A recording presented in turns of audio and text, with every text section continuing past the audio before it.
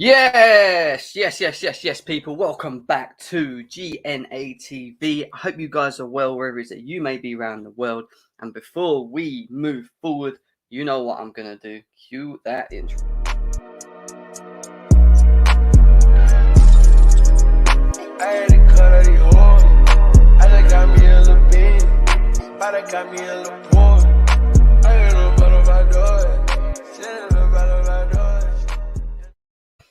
Yes, people. Welcome back to you know what it is, GNATV. I hope you guys are well, having a good day.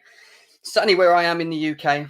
I'm just typical day for me, really. Involves me going gym, involves me coming back, involves me doing a bit of work in the morning. Got up extra early actually to get my work out of the way as well. And now I am here to stream with you guys the Chelsea versus Villa EFL Cup match preview, which kicks off tonight at 7:45. Unfortunately, it's not on TV, which is a bummer. It's quite annoying, but it's what it is. But before we move forward, guys, you know what you need to do. Smash the like button for GNA TV. Subscribe to the channel as well. Please subscribe. We have reached the 2.7k mark, which is huge for us. And we massively appreciate that. Let's get to 2.8k. If you are new, share on your socials as well, as let people know that we are live and kicking as well. What we're going to do on this one is we're just going to quickly go through the team news. Obviously, Tuchel had his press conference yesterday. We're going to talk about the injuries, who's fit, etc. We're going to do a quick combined, a quick 11 that I believe that will play against Villa on tonight as well. Lines will be open as always. Lines will be open for you guys to just get involved, have your say as always as well, guys. But continue to smash the likes, and big up to Real Chris who's in the chat already. Hope you're well, my man. Hope you're well. Let's have some drink. I needed that. Let's delve into it. Let's delve into the topics. What you saying, ZVO? Big up to you, my man. Big up to you as well. People starting to slowly come through. I didn't actually get to promote it properly today, actually. So that's probably why no one's actually knowing I'm live, unfortunately. I did let the Discord chat know I'm live as well. Might actually have to message them saying I'm live. But yeah. Anyway, let's move on to bigger and better things, shall we? Let's talk about the latest news coming in on Chelsea. Tuchel updates on Mendy injury and where Werner fits in always. So we've got Thomas Tuchel has confirmed there will be changes to the side, which we all expected, for the Chelsea Carabao Cup game this week. But one of them will not be Edouard Mendy returning in goal. So the Senegalese has been ruled out since the Spurs game. He's suffering the effects of a collision to his upper body. We've been told that it's actually to do. I've heard it's a rib injury. I heard it's actual rib injury. Some people said he broke his rib, but I don't think it was that. He's probably just bruised his rib, so he's not able to sort of play this game. But although recovery has not been rapid enough to face Aston Villa on Wednesday, Tuchel has not ruled out Mendy of the big weekend game against Man City. We will be doing a Man City preview because obviously they've just had Laporte and Stones ruled out for 2 weeks coming into this Chelsea game as well, which is a big loss for them. That is a big loss for Man City, and we will be delving into that at some point as well.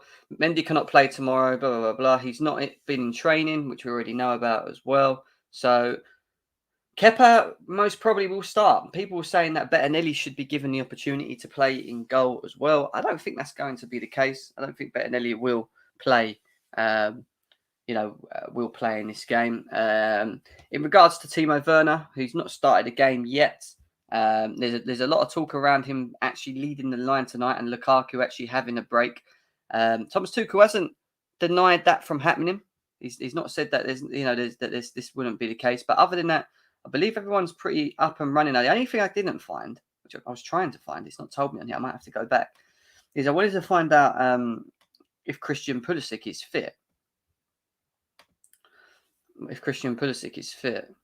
it doesn't actually say. Just says Mendy's injured. I want to know if Christian Pulisic is fit. Is Christian Pulisic fit? I don't even know. Does anyone know in the chat if Christian Pulisic is fit or unfit or not or what? Let me know in the chat. We're going to do a combined 11, like I said to you guys. It's interesting because it's a cup that I think Chelsea will want to win. Some people say, will Chelsea rest a lot of the first 11? I think when you talk about first 11, you probably see Romelu Lukaku maybe take a break. We can switch around the defence. Sal Niguez will probably come in today. I think you'll probably see Sal Niguez playing tonight for Chelsea. It's going to be probably same formation, but it's going to be interesting to see who plays up front because I think Hakim Ziyech will come in. I think Timo Werner will potentially come in as well.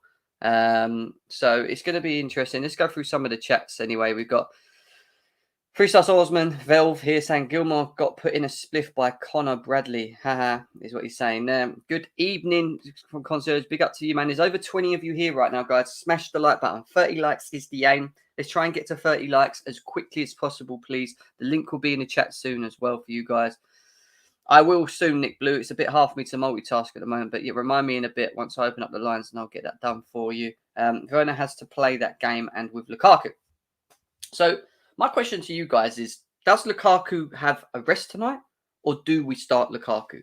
What do you want to see? Because I think we need to give him a break. This is the game where I think he can actually not play or he can come off on the bench. He can come off from the bench if we're drawing 0-0 or losing 1-0 or whatever and come in.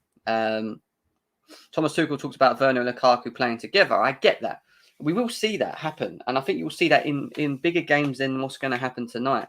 So just don't be surprised if Romelu Lukaku's on the bench tonight and Timo Werner's. I think it could be Timo Werner, Hakim Ziyech and one other, but we're going to do a quick thing. Pulisic is injured, what Nick Blue saying. So yeah, Pulisic is a doubt. Fair enough. Rest Lukaku is what Concierge of Crime is saying. I agree. I think it's very demanding. It's going to be a very demanding season, a lot of games, and we have to keep him fit. We cannot afford to continuously play him in games. He needs to have that break. And this is the time where we need to look after him. You know, you don't want to burn him out as well. You know, look at Harry Kane at Spurs. Yeah, he gets burnt out. He gets burnt the hell out in games, yeah? And that's purely because he's overplayed. And then he gets injured in an important part of the season, usually around January, December. He picks up an injury, it wipes him out for a month. We don't want that issue. Because if we do lose Lukaku, we are back to square one. We're back to square one of not scoring goals. Not being able to score goal or rely on goals behind because we're not seeing it at the moment. We're not seeing Mason Mount, Kai Havertz, Hakim Ziyech, Timo Werner. All of these guys step up and show, look, we can contribute to some goals. And that's why tonight's a good example. Sorry, guys. That's why tonight is a good example of playing someone else other than Romelu Lukaku because we need to see more. We need to see more. Lukaku don't turn up in big games. They'll shut up. Bettinelli's apparently starting is what Matt from Zfield. I mean, who said that, Matt? I mean, I'm going to open up the line soon anyway, so come on and have your say, Matt. I want to hear what you've got to say. Good afternoon, Jem. Afternoon to Cole P as always. Big up to you, my guy. Lukaku has to be benched. Werner, Ziyech, Cho up front. All right, let's do it. Let's do a quick team lineup. Then I'm going to open up the lines and then we're going to talk about it. And then you can tell me what lineup you would like to see tonight. And the biggest question for you guys as well, one of the questions I did want to ask you before we do this is, how important is it to you that Chelsea do well in this cup? Do you think us going out of this cup would be a good thing? Do you think it would be important that we compete for this cup, for this trophy? Would you be disappointed if we lost tonight? You know? Jem, name the last time Lukaku scored in a big game against a big team. Arsenal. Arsenal, mate. Even though they're not supposedly in great form, they're still classed as one of the big six, aren't they? Big six teams. So there you go, mate. Tuchel will certainly use Werner against City. Werner was the guy Guardiola did not have a solution for. His speed was pinning back their defence using the high lines were overloaded the midfield. Like I said, we will be doing a match preview on this anyway, 100%. And now the news of them coming out of losing Josh, they're going to lose John Stones and they've lost Eric Laporte for 2 weeks. They've only got Diaz. They've only got Diaz to play at the back. But let's stay on fire because we will delve into that at some point as well. City conceded against Wickham. We are Chelsea. We strive to win everything. We are not Liverpool, is what Concierge is saying. I think it can be important if we play our second team all the way through. I agree. I wouldn't be surprised if we do well in this competition and you see Kepa playing most of the games. Chalobah, for example. Do you know what I mean? We need to win it. We haven't won the League Cup for a long time.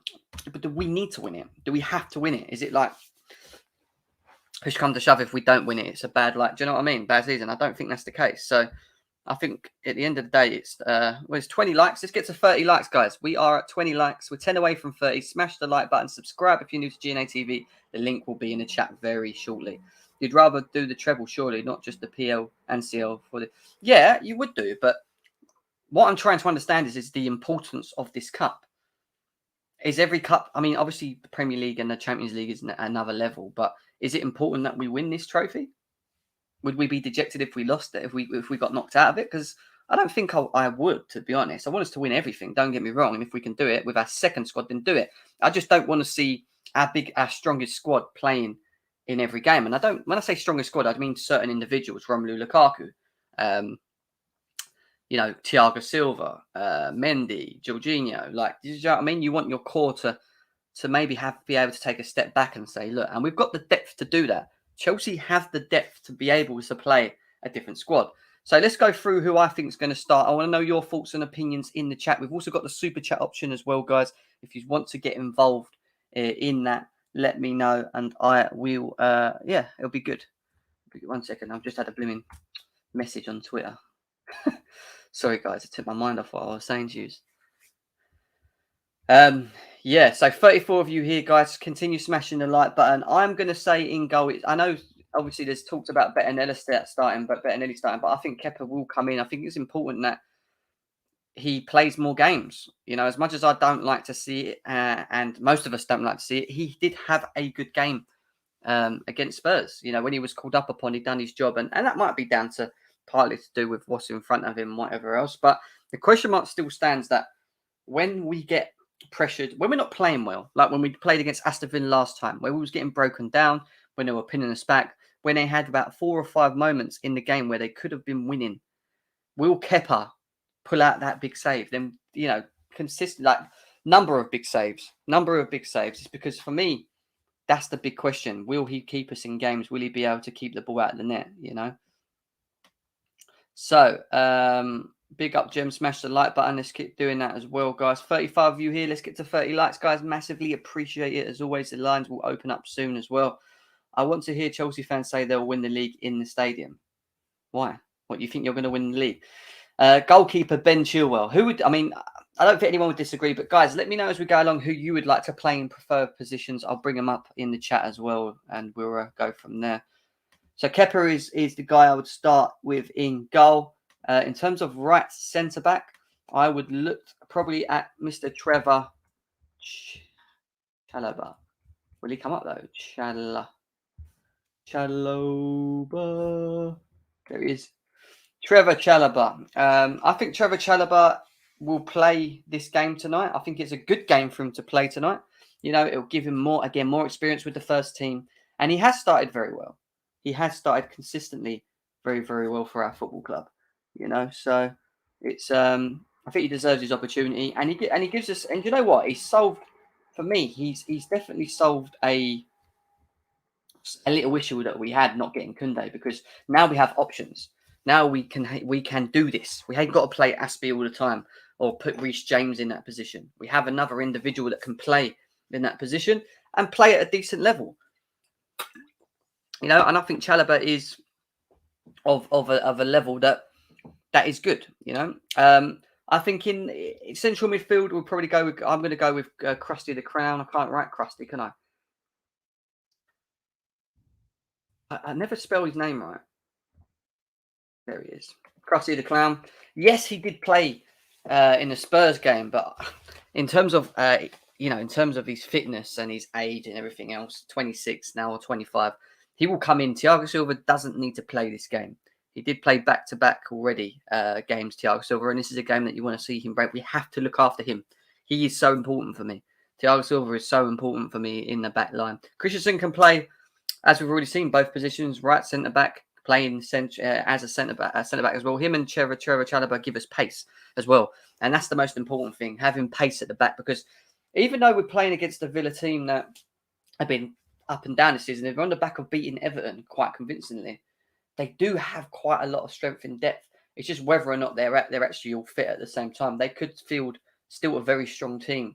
And we, if we do play a second-ish squad, then we're going to need to be aware that, we may get pressurized in certain areas of the game. And that we're at 22 likes, guys. Over 44 of you here right now. Smash the like button. Let's get to 30 likes, guys. Please help us get to 30 likes. Once we get to the 30, then the aim will be 40. The link's going to be in the chat very soon, but we need to get to 30 likes ASAP to do so. Right centre back is an area that is a bit like with the Lukaku thing. I think Christensen can play there, but I don't think he'll play him there. Who else can actually play in that position? Now, I don't want to see it, but there's a good opportunity that you might see Malang Sarr, Trevor Chalobah, and Andreas Christensen. Now, I want to know your thoughts in the chat. Does Malang Sarr deserve the opportunity to start this game? Or would you be happy to just stick out with playing Rudiger? Because, again, for me, Rudiger's another player like Lukaku that I think we're going to need to look after. Yeah, he is very good. He's best in the world in his position, but he doesn't need to be playing every game, 50-plus games a season. We need him to be able to have, in many ways, a break. Do you know what I mean? Chilwell, Mwamba, Christensen, Chalobah, Reece James. I think Reece James will play, and we'll get to that. But can Malang Sarr come in and play there? Yes. Would it surprise me if Rudiger came in and played there? No. I mean, if Rudiger does play there, then fair enough. It just shows that Tuchel hasn't got anyone he feels that can play in that position and to a level that he's comfortable with. That would answer a lot of questions for me. This is what people are saying. Thank you, Redneck, for that, mate. Massively appreciated for that. Front three, Timo, Ruben Loftus-Cheek, and Ziyech. We'll get to that in a minute. So you've got Chalobah, Christensen, Sarr, Nick Blue. So you've gone exactly like I've done as well. I've read that already. Sarr is behind Mwamba. So is there a chance that Mwamba will come in? I don't know. Sarr starts for me. I rate him, is what I graded. Fair enough. I hear that. Rudiger on bench is what Nick wants to see. Mwamba should play. I would like to see this Mwamba play. He hasn't played for Chelsea yet. He could play there as well. Big stature of a player. This could be his kind of game to show Tuchel, show us what he's about. But I still think that if Malang Sarr's here and he's in the team, he's probably going to start with him. He's here for a reason, isn't he? He's here for a reason. Why have we kept him? Is it for these games? Say who you can afford to replace for Sunday, I agree. We need a left centre-back to replace Rudiger. I don't rate Sarr. Yeah, I agree to a certain point. It's going to be interesting to see, what we do with that position. And Sarr is our only option other than bringing up someone from the reserves. Rudiger on the bench is what Redneck's saying as well. Let's move to midfield because I'm going to put the link in the chat soon as well. Left wing-back is, for me, if he don't start tonight, there's a problem. If Ben Chilwell does not start at left centre-back tonight in this game, then for me, there's an issue. He has to start. We have to start giving it. We can't use the excuse of, oh, no, he hasn't had enough minutes. He ain't done. He's not going to get any more minutes if you don't play him. He has to play. He needs minutes. So for me, Ben Chilwell has to start tonight. I don't know how the chat feel as well. I would be shocked if he's on the bench and someone else is playing there. We might do a Callum Hudson-Odoi there. I don't know. That could be another option to go a bit attacking. But Rowan's saying Chilwell. Hi, Jim. City played kids all over yesterday, including their backline. So they've rested for this game. This is my team. Kepa, James, Chalo, Mwamba, Sarr, Chilwell, Ruben Loftus-Cheek, Sal, Cho, Werner, Ziyech. I hear that. Not a bad team, Brian. Not a bad team. Guys, nearly 50 of you here. Continue smashing the like button for the channel, please. Let's try and get to 30 likes. The link's going to be in the chat soon. I want to get your thoughts and opinions on this game as well. And who you think's going to line up. Keep putting them in the chat. I'll keep bringing them up as well. Man City did not play kids last night, is what Undertaker's saying. Mwamba can replace Rudiger, but Sarr, I don't think so. But Sarr's in the squad. That's the issue. If he wasn't in the squad, then I'd say, yeah, play this guy. But I just got a feeling Tuchel will play Sarr over Mwamba. You know, it's a big one. But Chilwell for me has to play. There's no more excuses on Ben Chilwell not being able to play in any shape or form. You know, he has to for me. He has to play. Let's move on to the right centre back. Right centre back is for me Reece James. Has to be right. Has to be Reece James. Has to be Reece James. When you think about this, right? Like at the end of last season, Ben Chilwell and Reece James were the balance of this system. You know, there was no one that could put him on the bench. They gave us speed up and down the pitch. They offered a lot going forward. Ben Chilwell scored a lot of important games in the Champions League. Reece James, defended very well. He improved himself in that position because I felt like at the beginning he struggled to understand what was required of him, and he's got better and better and better as he's gone on. I think them two have to be what Chelsea in the long run have to look at. I know Alonso's getting in the team and he's playing at a certain level. We've got him playing at a certain level again where he's decent, but I just think that Chilwell and James is what we need moving forward. It's definitely what we need moving forward. City played against kids. People calling from Ramba can't be serious. This guy is a developing prospect who is just off a knee injury. He can't play against EPL opposition like Villa, is what Explosive Gamer says. I hear that, bro. He thinks that this game is too much for him to step into right now. Not the best game for him to come into and start. RLC Sal Mount. Oh, yeah. Okay, I hear that, Alian. I hear that. We are going to move into the middle, guys, and then the link's going to be in the chat soon. 50 of you here, nearly 60 of you here right now. So continue hitting the likes. Like I said, 40 is the aim. Let's get to 40 likes. If you're new to the channel, please subscribe as well. We're at 31 likes, guys. If we can get to 40 likes by the time that I get to the end of this stream, then end of this team, then I'll open up the lines for you guys to get involved. Sorry, I keep getting deterred from other people sending me messages and stuff. Right, let's move into the midfield because this is the interesting bit. Who is your two in midfield, guys? I want to know. Let me know because I think Saul Niguez starts today. Has to. I think Saul Niguez plays again against Aston Villa. He started his debut against Aston Villa. Plays maybe his second game against Aston Villa. I think Saul Niguez. And do you know who my next player is? N'Golo Kante. And the reason I say N'Golo Kante in this game, and people might say, no, Jem, no, he's only EFL cut. He needs minutes. He's been all right. He played against Spurs and he was very good. He came on at half-time, got 45 minutes in. Even if you're playing for 45, 50, 60 minutes, switching with Kovacic, Jorginho, I don't care. Ruben Loftus-Cheek, some people are saying, cool. But N'Golo Kante, for me, has to start. Because I look at the squad at the moment and we don't have much experience, really, when you look at it. Sal, okay, Christensen to a degree. But there's not much. Big up to Minerals who's in the chat here as well. Big up to you, bro. You all right? Big up, Jem. What's happening, mate? You all right? Not bad, mate. Not bad. Just going through my preferred 11, Johnny, and then once I've done it, I'll ask you yours at the same time. The reason I think N'Golo Kante is important to play, and I know people say, no, Ruben Loftus-Cheek has to play. No, someone else. I think it's important because he's played 45 minutes against Spurs. He needs to get minutes in. Yes, he's very injury prone, and this is the kind of games that you want him to stay away from. But at the same time, he hasn't played that many minutes. And to play a Saul Niguez against Villa tonight, I think it's very important that we play someone like a Kante next to him. I don't think Jorginho and Kovacic will feature. They've played back-to-back games for the last 2 or 3 games, and that'll be a good time to give them a break. I think Saul and Kante can work. Going into it. I mean, Johnny, actually, Saul and Kante, would that be your preferred two in the middle, or would you do what people are saying in the chat, Ruben Loftus-Cheeks or whoever else that you can think of? I think I get what you're saying, but also I'm a bit concerned if you do play Kante that you risk, because Villa, let's have it right, they're a bit of a dirty team. You don't want him getting a knock and an injury, and then he's out of the City game.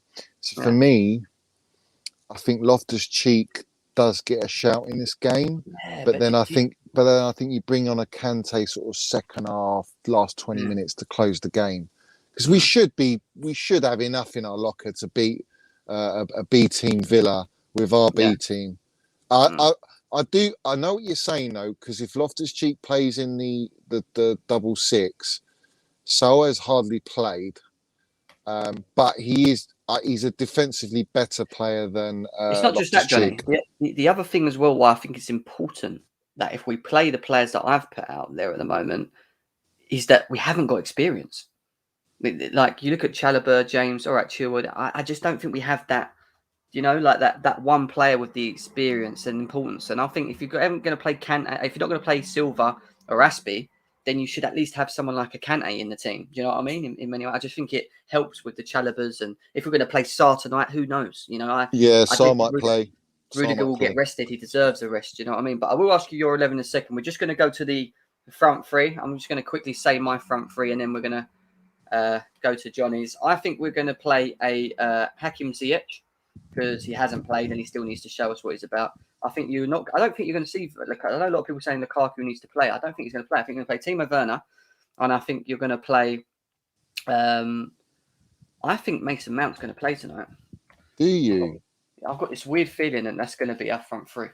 I think it's going to be Werner, Mount, and Ziyech. And the reason I think Mason Mount plays tonight is not because Johnny's here before people start saying is because he came off in the second half. Kai Havertz played more of the Spurs game, and he hasn't been playing as well. But a game like this, where Villa may rest a couple themselves, to get him back in the swing of things, get some minutes behind as well, maybe even get his fitness up, because you've got to bear in mind he's came back into the team, but he came back later than the rest as well, didn't he? When you think about it as well. Yeah, so there's a lot of things that I would understand why Mount would start. Some people would say Cho should play there, or whoever, would play there. But yeah, there's my 11. Johnny, I want to know your 11 as well, mate.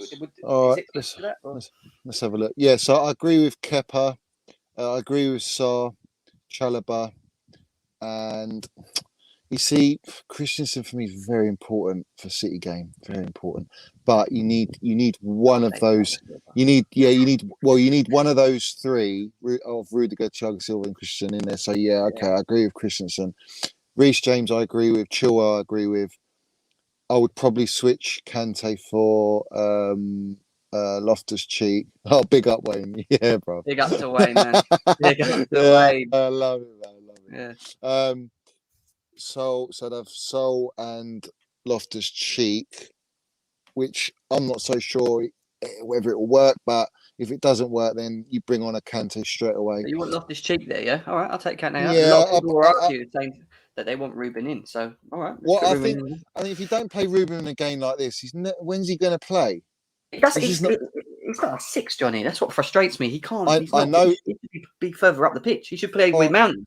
All right, so you could even arguably say, right, you could play Sol, and if you had your Kante, then you could have Loftus-Cheek instead of Mount, and have Loftus-Cheek come behind Werner and Ziyech. So you create a two-strike, a partnership up top strikers, yeah, and then so within the game that would be, because I don't think the thing with Loftus-Cheek is he doesn't offer you the defensive work as much as any of our other players if he's in the front line.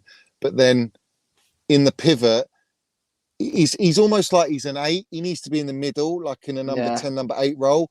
But we don't play like that. The only way you can play like that is if you have Kante with Sol, and then have him. That's why I think he'll play. Maybe, Christian Pulisic back, because I ain't seen any news on him. No. He's not playing. He's not playing for this game. Mount will play. But I don't think. You see, if he brings on Kante, he brings on Mount.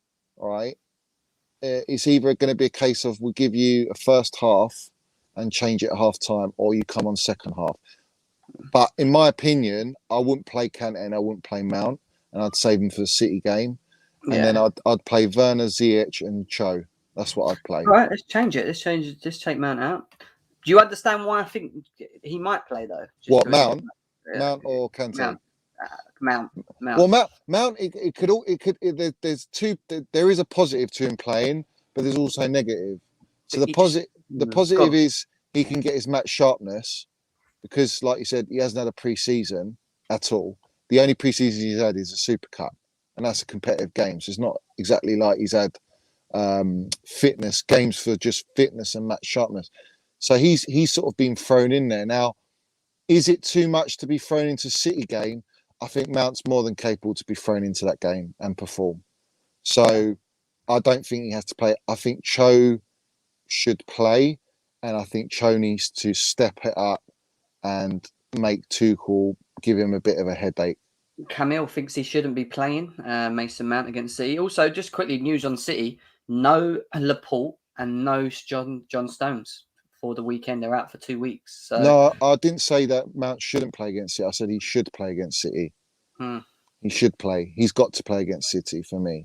I think he can be thrown in there, but he might get 20 minutes, maybe.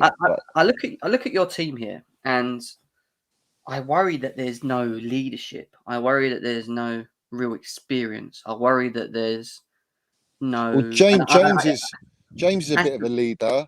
I would say Sol's what is he, 26, 27? He's international but he's finding baller. his feet still, you know. I know, but he's still got a mentality about him. Ziyech is 28, so you've got experience and you've got AC in the middle. Like that's a decent enough. Look, we're talking about beating Villa's B team. It's not like no, but this is what I'm saying to you. Have you seen Villa's squad?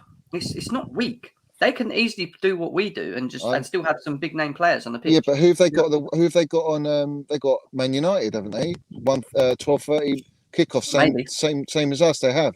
So Villa are probably looking to that game to be really strong, in my opinion, because for them they want to qualify for Europe. They've got aspirations. They got targets, and they've got a decent squad. The League Cup, who cares? And this is what I was going to ask you, Johnny, as well. How important is the League Cup to Chelsea? And would you be upset if we lost tonight? Or do you think it's just one of them ones where if we do win, it's cool and it's with our second team, or if we don't, how do you feel about it? I want to win in my opinion, every trophy is important. It doesn't matter what trophy it is. You go, when you're in a competition, you go out there to win it. We're Chelsea, Tuchel is elite mentality. Yeah. Our squad's elite, and we are more than capable to beat Aston Villa. I mean, why can we not beat Villa? With no Lukaku goals? Yeah, without. I think this is a game for. I think this is a game really for Ziyech, Odoi, and Werner, who the three I've picked, for them to showcase and audition for the City game, because everyone else, Havertz and Mount, they're already in contention just because of how good they are, and we know how good they are, right? Lukaku's an absolute given, and for me, Kante's a given, and Jorginho.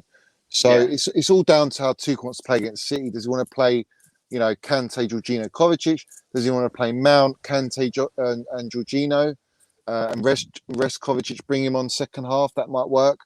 There's still options, but for me, is Werner going to give Tuchel a headache? Is Cho going to give Tuchel a headache? And is Ziyech? Because they've all got talent. They all offer us different things in our side. They offer different aspects and different ways of playing, but no one's taken their chance. I agree. Especially Cho and Ziyech for me. And I think Werner deserves his chance now when you look at the amount of chances that Ziyech. I mean, Cho's another one that could argue that he's not been given the opportunity along with Werner as well. So it's definitely something that will have to win. There's over 130 people here, guys. We're only gone 50 likes. We should be on at least 75 now, guys. So let's try and smash the like button. If you're new to the channel as well, please subscribe to the channel. Declared says that he's worried with this lineup. The lineup will struggle with the system. We've got 3 wingers, 3 people who are new. I'm sure Tuchel will start a few pillar players to make sure the system runs. And I agree to him with what he's saying partly. I do. But do you risk Kante? I think he's just come. But he's just come but you back, can play him for 45 minutes, 50 minutes. Yeah, all right. But why don't you do it second half? And if you're getting overrun in the first half of this pivot, then you can bring Kante, because I don't think we'll lose. We'll be losing. I don't think this central midfield is good enough. When I look at Sar, I mean, we don't know what to expect from Sal yet. But if we're going to get the best out of Sal, he's going to need some decent players, and we don't know what Ruben Loftus-Cheek can do in the 6. Do we want to risk that? I know it's an EFL Cup game, and it's the type of games we should try things, but it's not like a Division 2 team we're playing. All right. So if you play Kante and you're going to play Loftus, who do you take off out of the front line? I would. What in the midfield? You're talking about If you So, take so out if you Kante, if you have yeah, if you have Kante with Sol, who do you swap in the front three for Loftus Cheek? 'Cause I think Loftus Cheek plays tonight. you can play there. I think you could play right there. So what? Instead of Cho's natural position. Or you can give him a go there, though. You know, you're saying that he's like, all right, then in that case, get rid of him and play Cho as well. So you wouldn't play Ziyech, and Ziyech for me doesn't play the If City I could game. have my choice, I wouldn't have Ziyech in the team. I just think he's going to play Ziyech just to try and get some form out of him. I'd give them a go. I'd give Ruben, Hudson, and Werner a go. But I think Mason Mount will start, and I think Ziyech will probably start. I don't think Cho will be. I don't think Tuchel looks at Cho as someone that can play in his position. I think you might even see Cho here. So if Mount starts and Kante starts, are you just playing him for 45 minutes and that's it? I play Kante for about 50 minutes or so, and then I take him off, and then I throw on a Kovacic or a Jorginho, one or two. I'll probably Jorginho because I don't think Kovacic and Sal worked last time. Does that make sense? Yeah. That's Sol's got to play because he's got to play. He needs to get games under his belt. And he's very good defensively. You know, he puts in a shift. So that's why I'm saying if he plays with Loftus for me defensively isn't that great, but he could be the one that drives forward a bit more. And Sal plays more of a sitting, defensive role. I hear that. I just if you play Sal and Kante, who's the sitter? Sal and Kante just runs around in front of him. Yeah.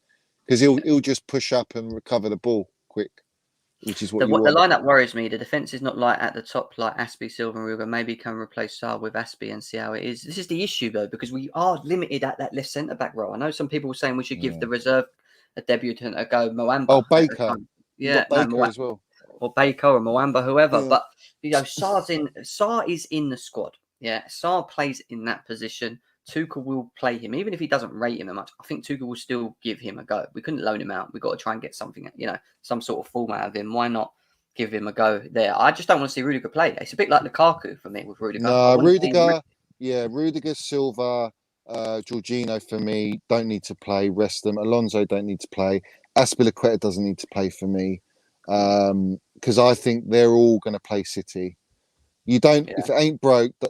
You don't need to fix it. And then, as far as I'm concerned, that back line at the minute, what we got is the best in Europe right now. So that's going to play against City. That's a given. We can all agree with that. With Mendy, that front three is awesome. So Andrew likes that front three: Chode, Loftus, and Werner. I don't know how that would work. You think it might work, wouldn't you? To be fair, it might. Well, Loftus. I'll tell you why it might work. Is Ziyech might drop into my more of a 10 role. Is Ziyech on there? Sorry. No, Cho is on there, isn't he? Cho's on there, yeah. So you could have Loftus Cheek who could he's got the ability to do like a Kai Havertz false 9 role. So he could almost intertwine with Werner up top.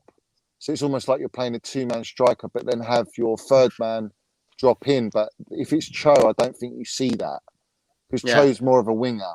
But if you've got Ziyech, he could drop in the middle, if that makes sense. Yeah, I just don't. I think so.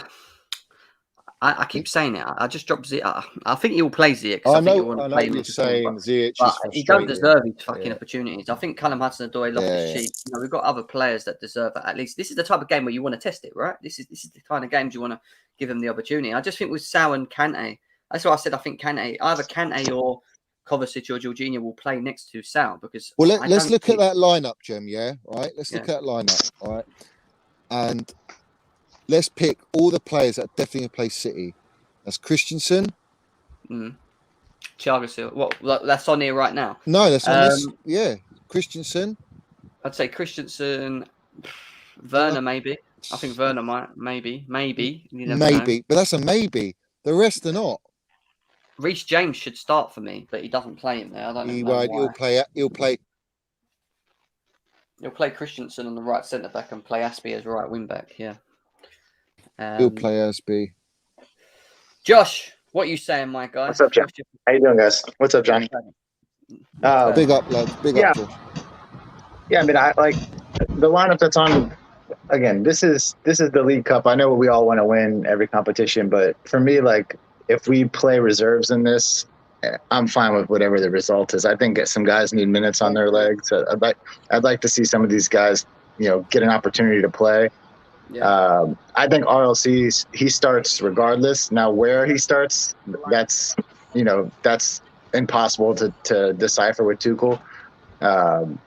But I think he 100% plays. I think Sal 100% play. I think the guys you have on the pitch, aside from maybe Conte, definitely play. Why doesn't I don't Conte know who play you. for you? Why does Conte not play? I want to know. Like, I agree he needs some minutes on his legs. I don't know if this is the game that you do that, though. I mean, I guess it depends on if he's going to play at the weekend. If he's not going to start at the weekend, then I think you could probably give him some minutes in this game.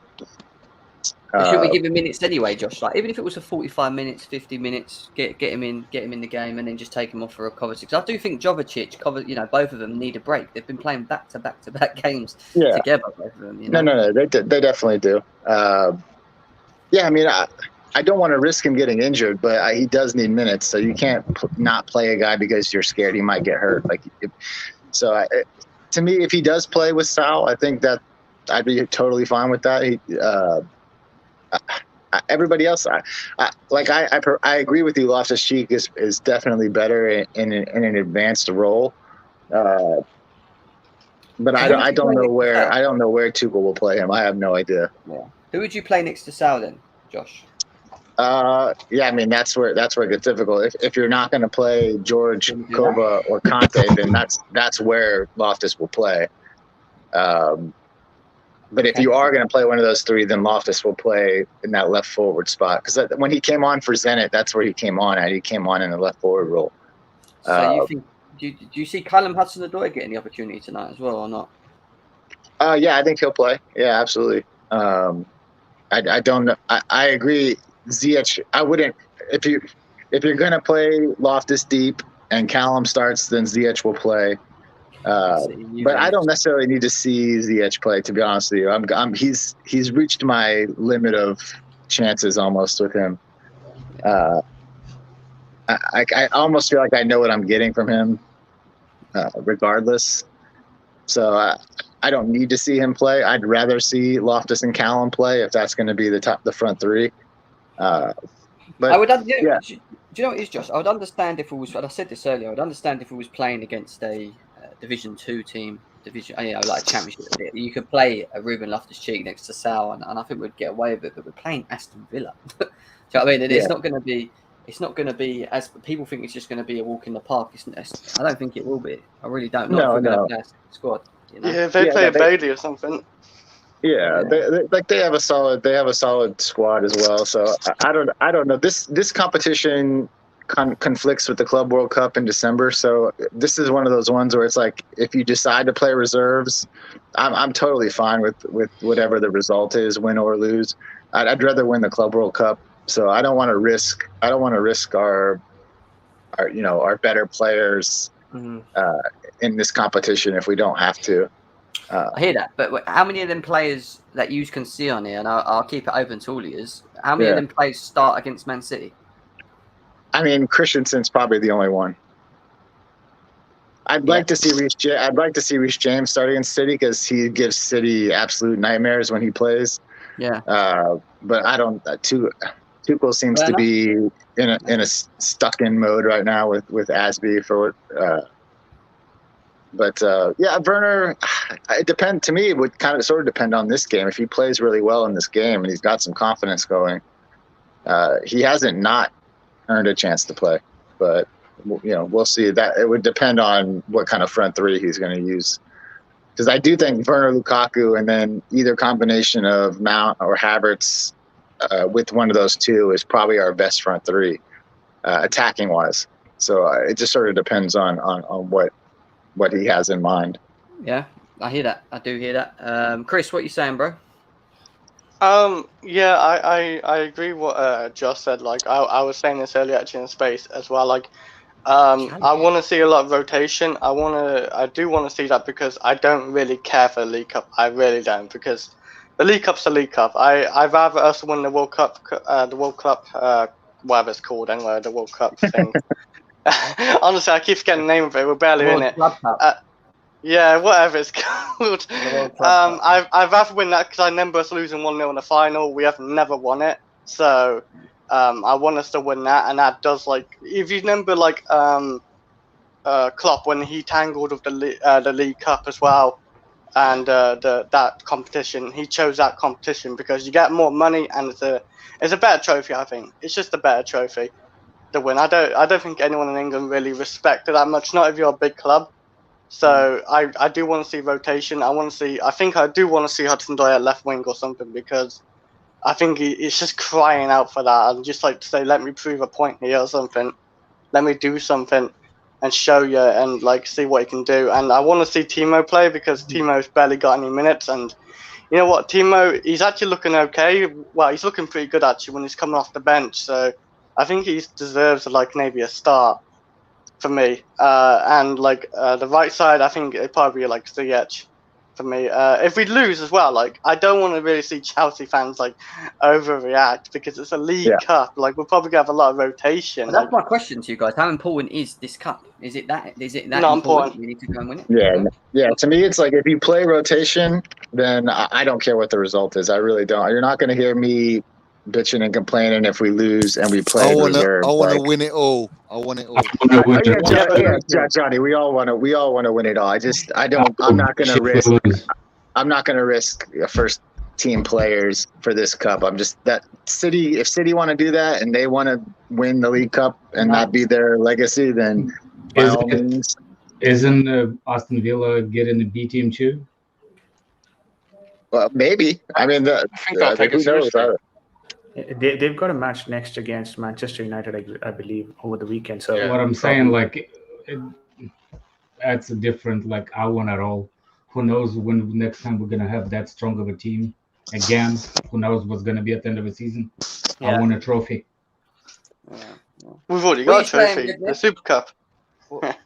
Why you can't play kids in December in League Cup? Well, this is the thing I was going to say to you. Is this when we play this? If we do manage to go through and beat Aston Villa, would you look to play this type of squad in this cup games? Would you look to play your second squads all the time in the until you get deep? Until you get deep. I mean, maybe the semi or final, you can bring in some more first team players. I think so as well. I agree. Yeah. I think don't forget December, guys. We're going to the Club World Cup, and January, February, some players going to the African Cup of Nations. And how tough is the schedule in December? Anybody knows? Say that again, sorry. How tough is the schedule in December? Not as tough as January. It is tough because usually in December and February we play 2 games a week. So if we're gonna go 1 week, I think it's in South Africa. I'll show you. Anyway, Cup. It's gonna be tough. Yeah, I think it's probably less of a difficult schedule and more of a compacted schedule. There's a lot of fixtures, so you want to make sure you're staying as fresh as possible. Here's my back to your point about Kanté. I don't want Kanté to start that game because we just need to look after him because we got the like of City early kickoff Saturday and Wednesday we've got away to Juventus. So I think Kanté is very important for us in the big games. Yeah. No, I hear that. I mean, looking at December schedule, we got West Ham, we got Zenit, we got Leeds, we got Everton, we got Wolves, we got Aston Villa again, and then we got Brighton, and then we start our January. Look at our January. Look, watch this: Liverpool, City, Tottenham, Brighton, Arsenal. And guess what? January's the one. If we win them against Liverpool January, then it means that for the Champions League we've got easier fixtures in the Premiership. Liverpool losing 2 players that goes to African Cup of Nations on January the 1st. Yeah. No, we still will be losing Ziyech as well. I don't think so. He's having issues with the Moroccan. Even if we lose Ziyech, I'm comfortable with that. I'll sacrifice. I'll cry, but I will be okay with Ziyech not going. Redneck, what would you do with this squad, mate? Anything different? Do you think who plays next to Sal? Who plays next to Sal? I will put Mount. Mount? Yeah. Just for him to be dropped on the weekend. I don't want to play the weekend, that's all. So I will play Mount And I thought I heard something, but it must have been No. just some garbage or whatever. no, that's your breath. That's your breath when you talk to yourself, Johnny. I was rather expecting this. I don't know. I also just heard drop, that. I heard that Mount's not going to play against City. Nah. I'm not saying Mount is not gonna play. I'm just saying that's my wish. That's my like a wish foundation for the Mount. But anyway, Ziyech will be dropped, and I will put what's his name? Sure. Who else we got? Chose on the right, and Chose on the right, and Timo Werner on the left, and Lukaku up front. Can I So just you say want- something, Because guys? I don't want Timo Werner start by himself. I want to see him with Lukaku. What's the point him starting again by himself, and we're gonna criticize him based on how he plays by himself? You see what I'm saying? But I want to see him. I'm not saying Tuchel is gonna start that. That's what I want. You see what I'm saying? That's what I want to see in this game. I want to see how they work. Can If I you just think say something, guys? I think Villa's gonna start strong because Dean Smith is very hardly rotate. So I think we're gonna see a strong Villa side. Yeah. Xavi, I see your comment. Mount can have time to think on Sunday. Yeah. Yeah. What can you say? Yeah, Kasim, how you doing, mate? You all right? Yeah, my mate. How are you? Thanks for having me, mate. I appreciate No that. worries, mate. No worries. What would you do tonight then? Would you play the same sort of team? Well, to be fair, I will get me personally. I will give a lot of people a chance. Like Hudson-Odoi, he's got to start for me. I think Saul Niguez has got to start for me because Kante is a big man for us. Lukaku is a big man for us, and these people, I'm as a Chelsea fan, I would love to win everything, but you got to prioritize the trophies as well. So as I said to you, City early kick-off Saturday. We got to go to Torino on Wednesday. So these big games, I think we need Kante and Lukaku. So these players got to play, and look, they got a chance now. There's no excuses. They got to perform. Who plays next to Sal? So Yeah. Well, look, I think Loftus-Cheek is more 8 to me than 6. Yeah. So he's got to work hard tonight if he starts. But if he's not, I think Chalobah he can play 6 as well next to him. So what do you think, guys? Like that? Yeah. I would next to him. He can do it. Who plays there then? Who plays right? Yeah, there? that makes sense. That actually makes makes sense. sense, Yeah. See You could do Chalobah that, playing there. and then you could do that. Let's see. Look, you could do that, and then that. How to do it right wing back? Nah, Oh, not Odoi on the right. Yeah, we can do that. Yeah, because I think what's his name? Ruben. because Reece James has been rested. You can put Barkley How on about that? I think, guys, listen, because when we played them in the league, they were all over us first half. So I think Tuchel has got to swarm that midfielder. So it could be Chalobah playing there next to Saul Niguez. I think so. There you go. I mean, does that not work? That'd be for you guys? interesting. If we do But the play thing Chalobah? is, Jem, I don't think Tuchel's Oh, gonna it's play. Alex. Hey, Chris, how you doing? Alex, big up Hey, to Alex. Alex. What do you do, mate? All good. Go No, on, mate. the thing is, I don't think Tuchel's gonna play two players that don't really have a set positions in those two positions. I think Chalobah's never played there, and the one time that Saul played there, he wasn't that good. So them What would you do, together. Alex, tell me. The thing is, I do see either Jorginho, Kovacic, or Kante, one of those three players starting, and then having maybe a Saul next to him. I think one of those three players will start. It's going to be Kante, man. Maybe Kante. I think the thing is, he knows. Look, he. I think we still have to put a strong. We'd have to put a strong team out, but we still have to put a stable, a comfortable team out. We can't just throw players in and think they're going to do a job. We still need to have a bit of balance in that team. I think, look, if you want to go and win trophies, then we have to. So, yeah, you kind of need. Well, look, of all the best players to be around with for Saul for his second game again would be Kante. For him just to help him grow. But yeah, I think it's either going to be Kovacic, Jorginho, or Kante. One of those three players will be one of those midfielders for me. And then maybe Saul. But yeah, I think Kante. Yeah, I agree. I think start Kante. Give him some minutes. Who would be your front three? A front three. I do want to see Lukaku and Werner. I do want to see that. I want to see it too, Alex. Yeah. I think I do. I think just give Lukaku another game. I think yes, people say he's been playing a lot, but he played. When did he play? He played on Saturday. He barely had to move that time. Now it's going to be Wednesday. Like, thing is, Lukaku. Even when you look at his overall play, he's not like he's always on the move, but he's not like a Timo Werner kind of player who keeps running. Yeah. Lukaku keeps. He's fit, but he keeps he makes quick runs. He doesn't always look like he has to run everywhere. Yeah. He doesn't use as much energy, I think, in games, but in a clever way. He only keeps his runs to a minimum. So maybe, yeah. And look, I want to see Ziyech. This front three looks kind of exciting for me. I think we have to go for a strong team. But I would like to see Hudson-Odoi on the left wing. So maybe Hudson-Odoi, Werner, and Lukaku. I don't know. Hudson-Odoi, Werner, and Lukaku. Yeah, I would be absolutely shocked if Lukaku played in this game. I would start, guys. I'd be very surprised if Lukaku start. But I wouldn't. But I don't know, man. It just I wouldn't. How many times Drogba started in the games that you would think that he would start? No, I would be shocked myself. But if I would want to see this team. But I think if I had to predict, probably Lukaku doesn't start.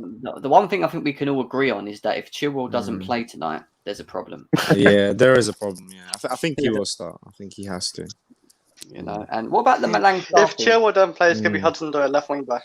Yeah, that's the other option as well. But in terms of Milan, hasn't there been personal issues with Chilwell? That's why. Mental issues, you're saying? It could be Johnny. Yeah, if he's not playing tonight, it'd be a personal issue, isn't it? Yeah, it's personal. Yeah. Mo hates Werner. I don't know why. He just does not like him. Some people just really hate him. Yes, I don't get it. Which is, it's completely unfounded too. If you hate Werner, you got issues, man. You hate a guy who got you 15 assists last season and won a lot of penalties, created a lot of stuff for your team. But yeah, hate him. What are you saying, VJ? What's happening? You're muted, mate.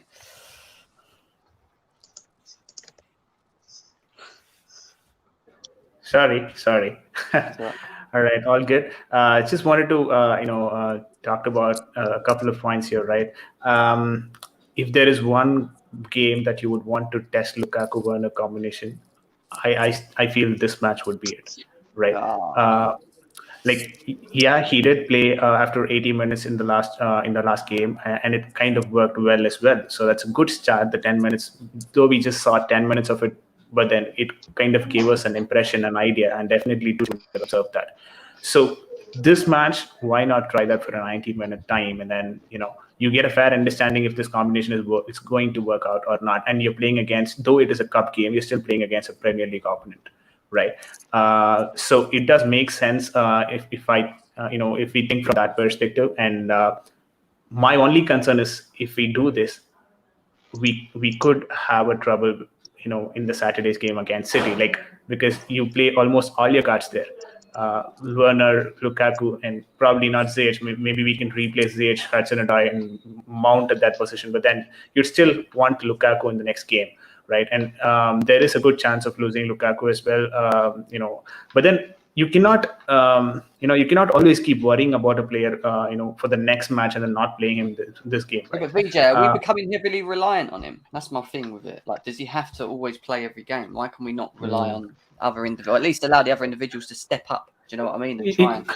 I don't think Lukaku plays. He's not going to play. Jim, at this point in time, I wouldn't call this being reliant on Lukaku, but rather trying all possible combinations with Lukaku. We're still doing that. We've still not tested all the combinations. I've got to shoot off, Jem. Big up, mate. Big up, everyone in the chat. Like and subscribe, man. Yeah, appreciate it, man. Take care, mate. See you later. Cheers, And I kind of like the way that you slotted in Sar as well. Again, the same perspective, right? If you have to slot in Sar, this is the right game for him as well. He's obviously not going to be part of any Premier League games, and there's no replacement as such in that position for Rudiger. So Sar slots in perfectly for this game. I'd be surprised if I don't see Sar in this game. But Chilwell definitely required, and it's going to be interesting on Chalobah's position as well, because the last game Chalobah played, he played in the midfield as well. So it's going to be interesting where he's going to play. I wouldn't be, I wouldn't be surprised if Chalobah combines with Saul as well in the midfield. So that's a good possibility as well. And one thing that I'd like to add to this is, like, though it is a cup game, this is how Tuchel is probably going to look at it, right? In the defense, we should definitely have a leader. In the midfield, another one, and in the attack, another one. We are not going to compromise on that aspect, right? So it depends on who you're going to be having for that, each of those slots. But then I definitely think Tuchel is going to have one of those leaders in each of these I agree. areas. So it could vary, but Tuchel's gameplay revolves around giving importance to people who can be communicating well and being leaders on the pitch. That's how Aspie even came into the squad, right? So I'd be shocked if there is no leaders in either three of these areas, that's pretty much it. And Kepa on the goal line, so all good. I mean, this kind of the one that I'm seeing on the screen at this point in time looks a very good squad, except for Hudson-Odoi. I might play Ziyech instead of Hudson there, and probably slot in Hudson after 70 to 60 minutes. Ziyech deserves more of an opportunity in Hudson-Odoi, because I don't think he does at this moment in time. I think Ziyech should be in the bottom of the pecking order, from my honest opinion. I agree with you, Jim. You know my opinion about him. Hudson-Odoi needs to start a game, man. Give him a game to start from the start. He's never really ever been. Just give him a game. Just show him that you trusted him to play in that attacking position. Yeah. So I agree. And if it don't work out, don't work out. I think tonight the Villa game is going to be a tough game.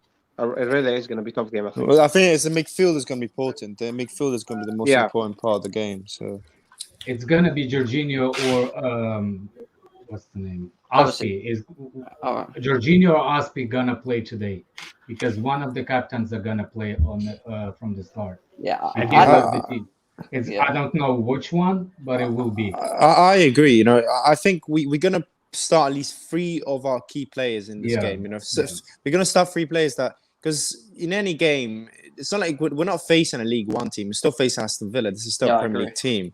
Yeah. It's not like it's a Carabao Cup, but it's still Villa. It's not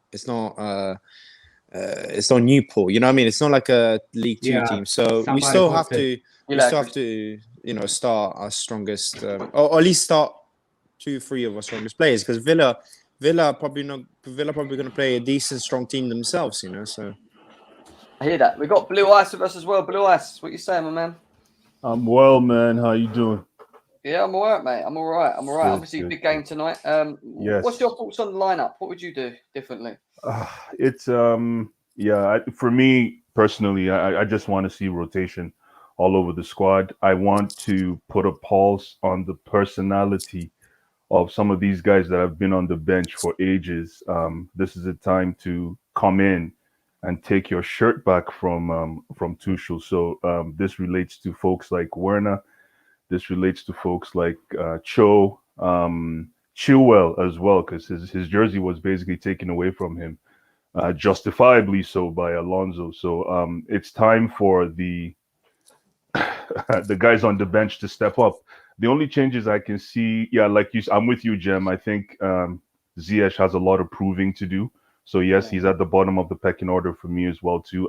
It's time for Werner to stake a claim in this game, either as one of the inverted 8s or as a striker. I don't think he's a striker, to be honest with you, Jem. I don't see that striker IQ in Werner at all. Even if you leave the post open for him, he'll rather defend. I think he's more of a creator and more of he provides assists. So I'd like to see Werner and Cho as the inverted 8s. Okay. And then I'll bring out. You know what? I'll play Kai Havertz as a false 9 to start. As a false 9. as a false nine. Personally, I'll play him as false nine, and I'll bring in Cho and Werner to support.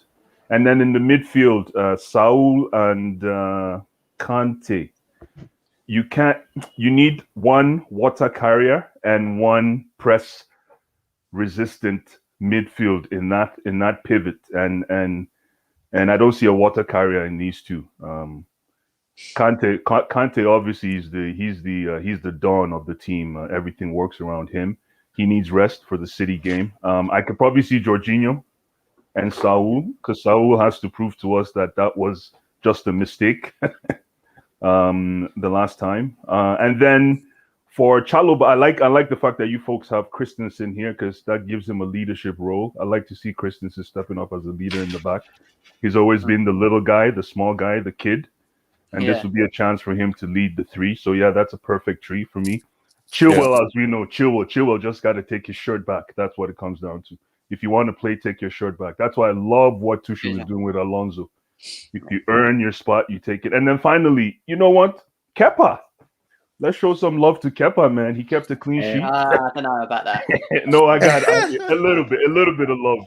He kept the clean sheet against Spurs, and yeah, might as well throw him another carrot and see how good he can be in this game. So yeah, and like one of the guys said, this is going to be a very, very tricky game. So we need to, if we try this, anyway, I trust Tuchel. If we try this for 45 minutes and it doesn't work, trust me, heads are gonna roll. So yeah, looking forward to the game tonight. Yeah. Fair enough. Actually, Jim, where's the 1 point? I'm here, man. I'm be waiting, mate. Please give me a turn. I forgot. How you doing, Declan? What's going on, mate? Not bad. Pretty eventful day for me, mate. Experienced a little earthquake down here, down under. Yeah. It's a pretty interesting day. Living hell, mate. Got a little bed massage, I guess. Little back massage. What's been happening anyway, mate? Tell me about this game. What are you thinking? Right. I was waiting to say, like, I feel what everyone feels. Like, because we got Man City, everyone just wants to protect, make sure we got our top team, right? No one cares about this. But you know that's not our style. Like I want to just throw everyone in that's not going to play and get the best out of our City lineup. But you know that's not what's not going to happen. You know that's not Tuchel's way. So I still feel like there's going to be a good, strong team. There's going to be a strong team. Like I don't even think Sar's going to play. Really? I feel like Jorginho will start. Sar won't start. I feel and everyone wanted like 3 wingers up front, you know what I mean? Like Ziyech, Werner, and Cho, and like it doesn't work in the way we're playing. And I think Havertz or Lukaku will start number 9, right? If Werner's going to start, he's going to start. And I actually think the only difference in that combo would be Loftus-Cheek doing what kind of Mount does. And then if Cho's going to start, he's going to be wing-back. And if I was, okay. And I'll bring Chalobah to the left. James maybe into the centre back role. Really?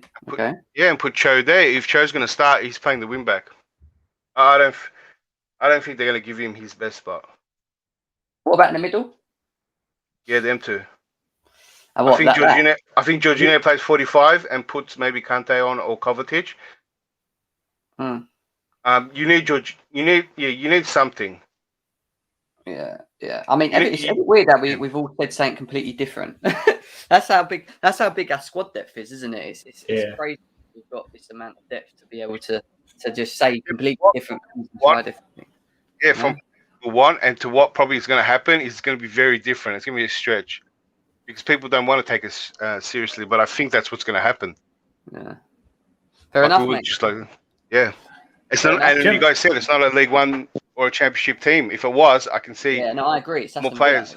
Yeah, it's Aston Villa. It's not going to be a walk in the park, and we need to kind of still have a strongish. They're going to field a strong team. I'm warning you, not a strong team, but it'll be, there'll be strong enough players that can hurt us. You know what I mean? Especially if we play no experience and try different things and play players that haven't played any games. And do you know what I mean? So we've got to bear that in mind. Class F, what you saying, mate?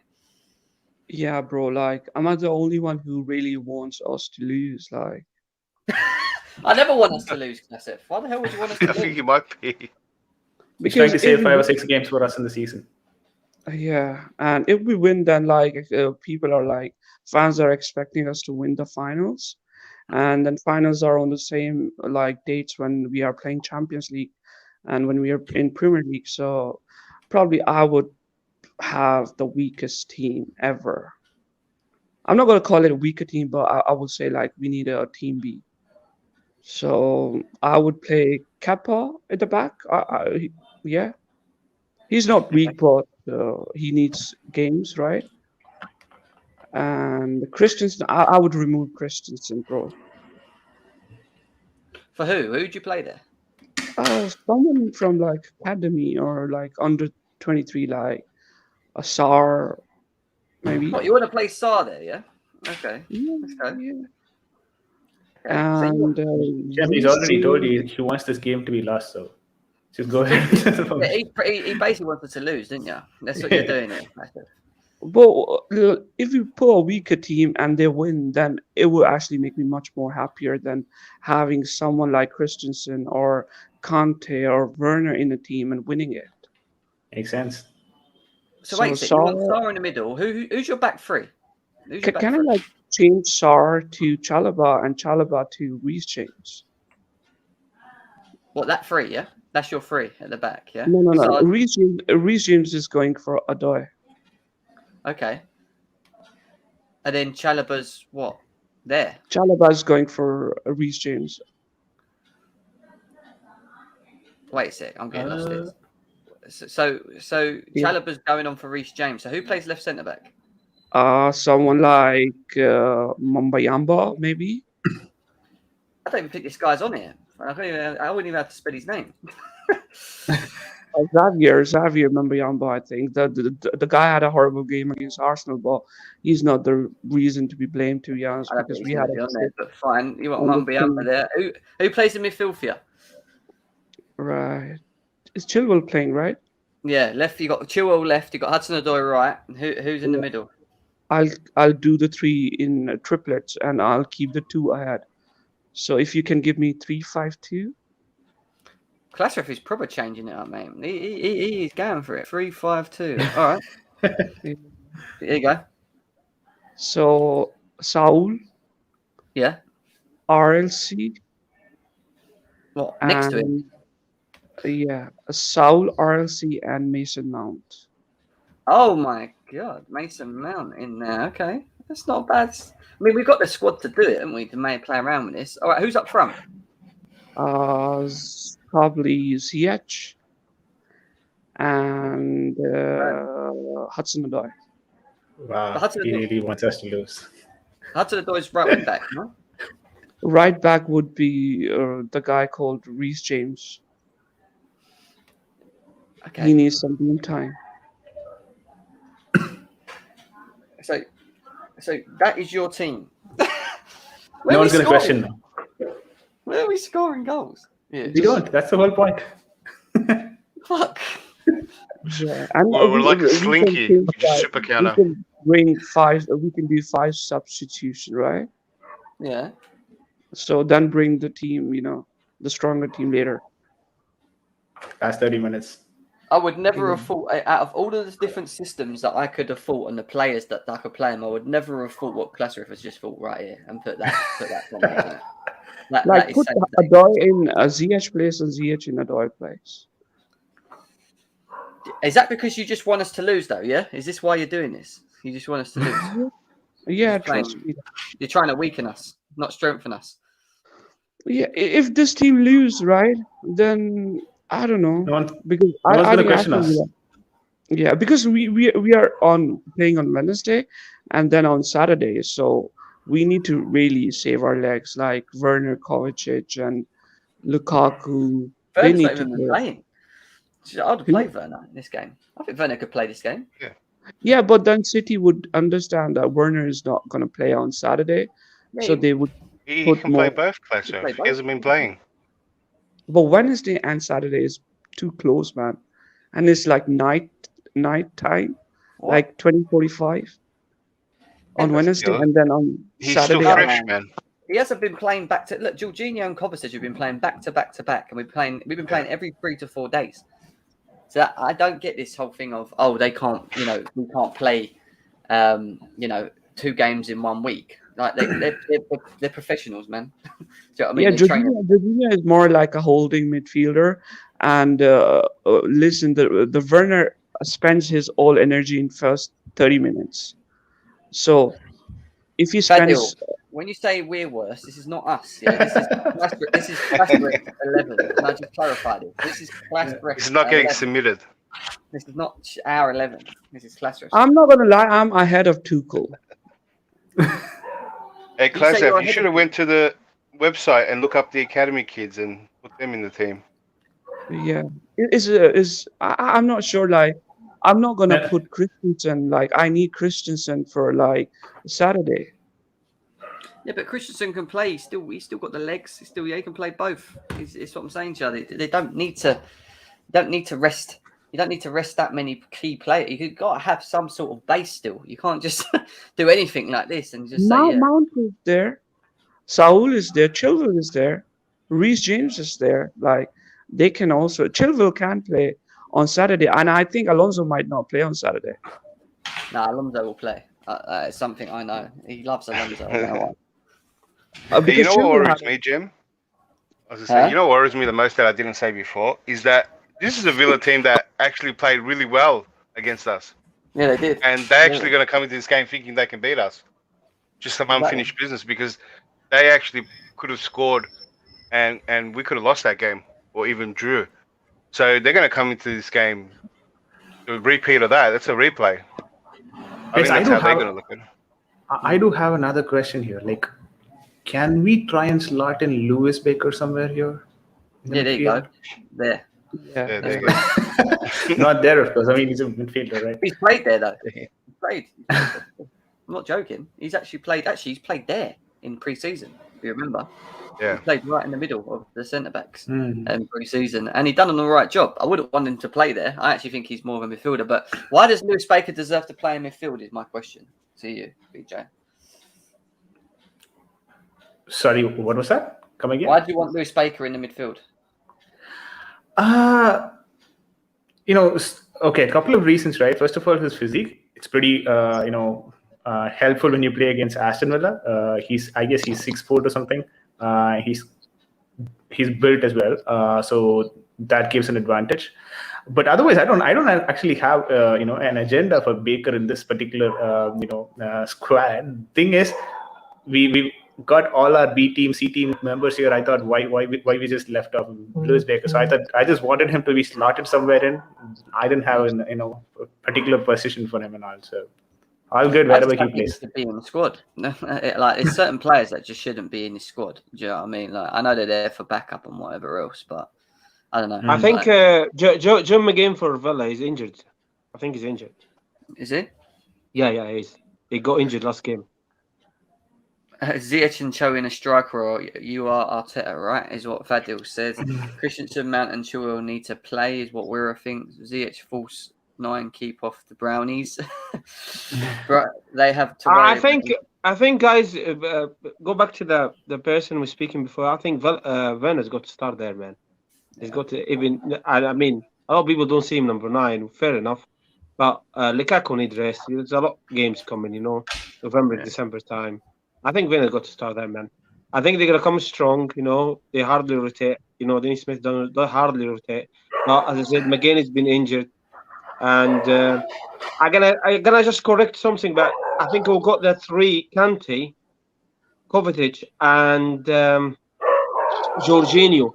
I think one of these 2 is gonna have to start with Saul, with Jorginho or Kovacic. However, start with Saul is not gonna start Man City game. And probably start Torino game against Juventus. That's how it's going to work. I cannot see Kante start the game.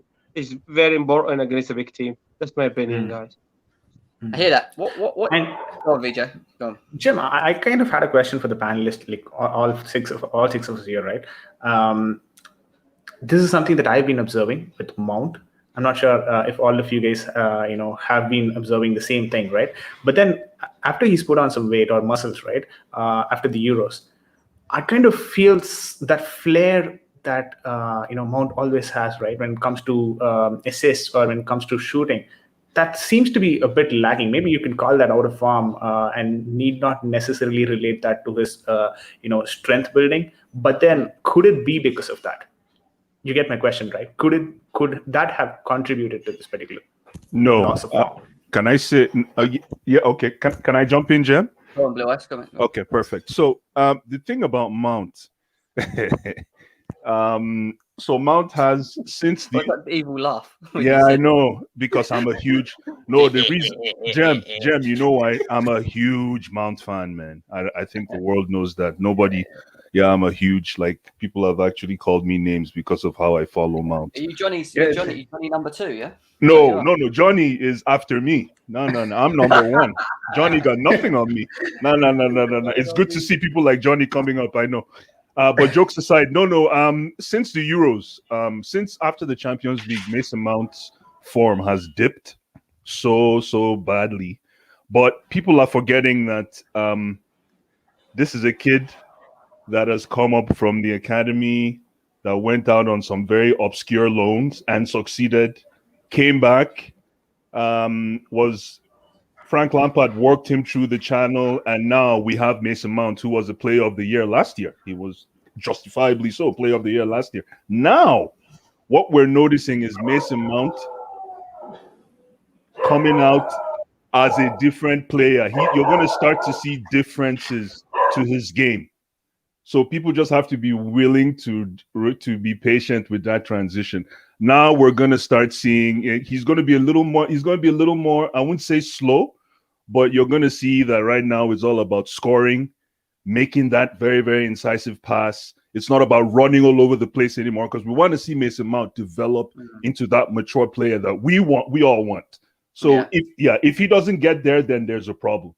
But can I just add some, guys? Yes, please go ahead. Go ahead.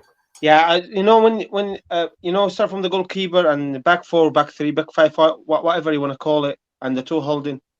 I think we've got Lukaku. Obviously, he's a world-class striker. Is this for Mason Mount? Are you talking Mason Mount? Yeah. I'm gonna talk ahead. now.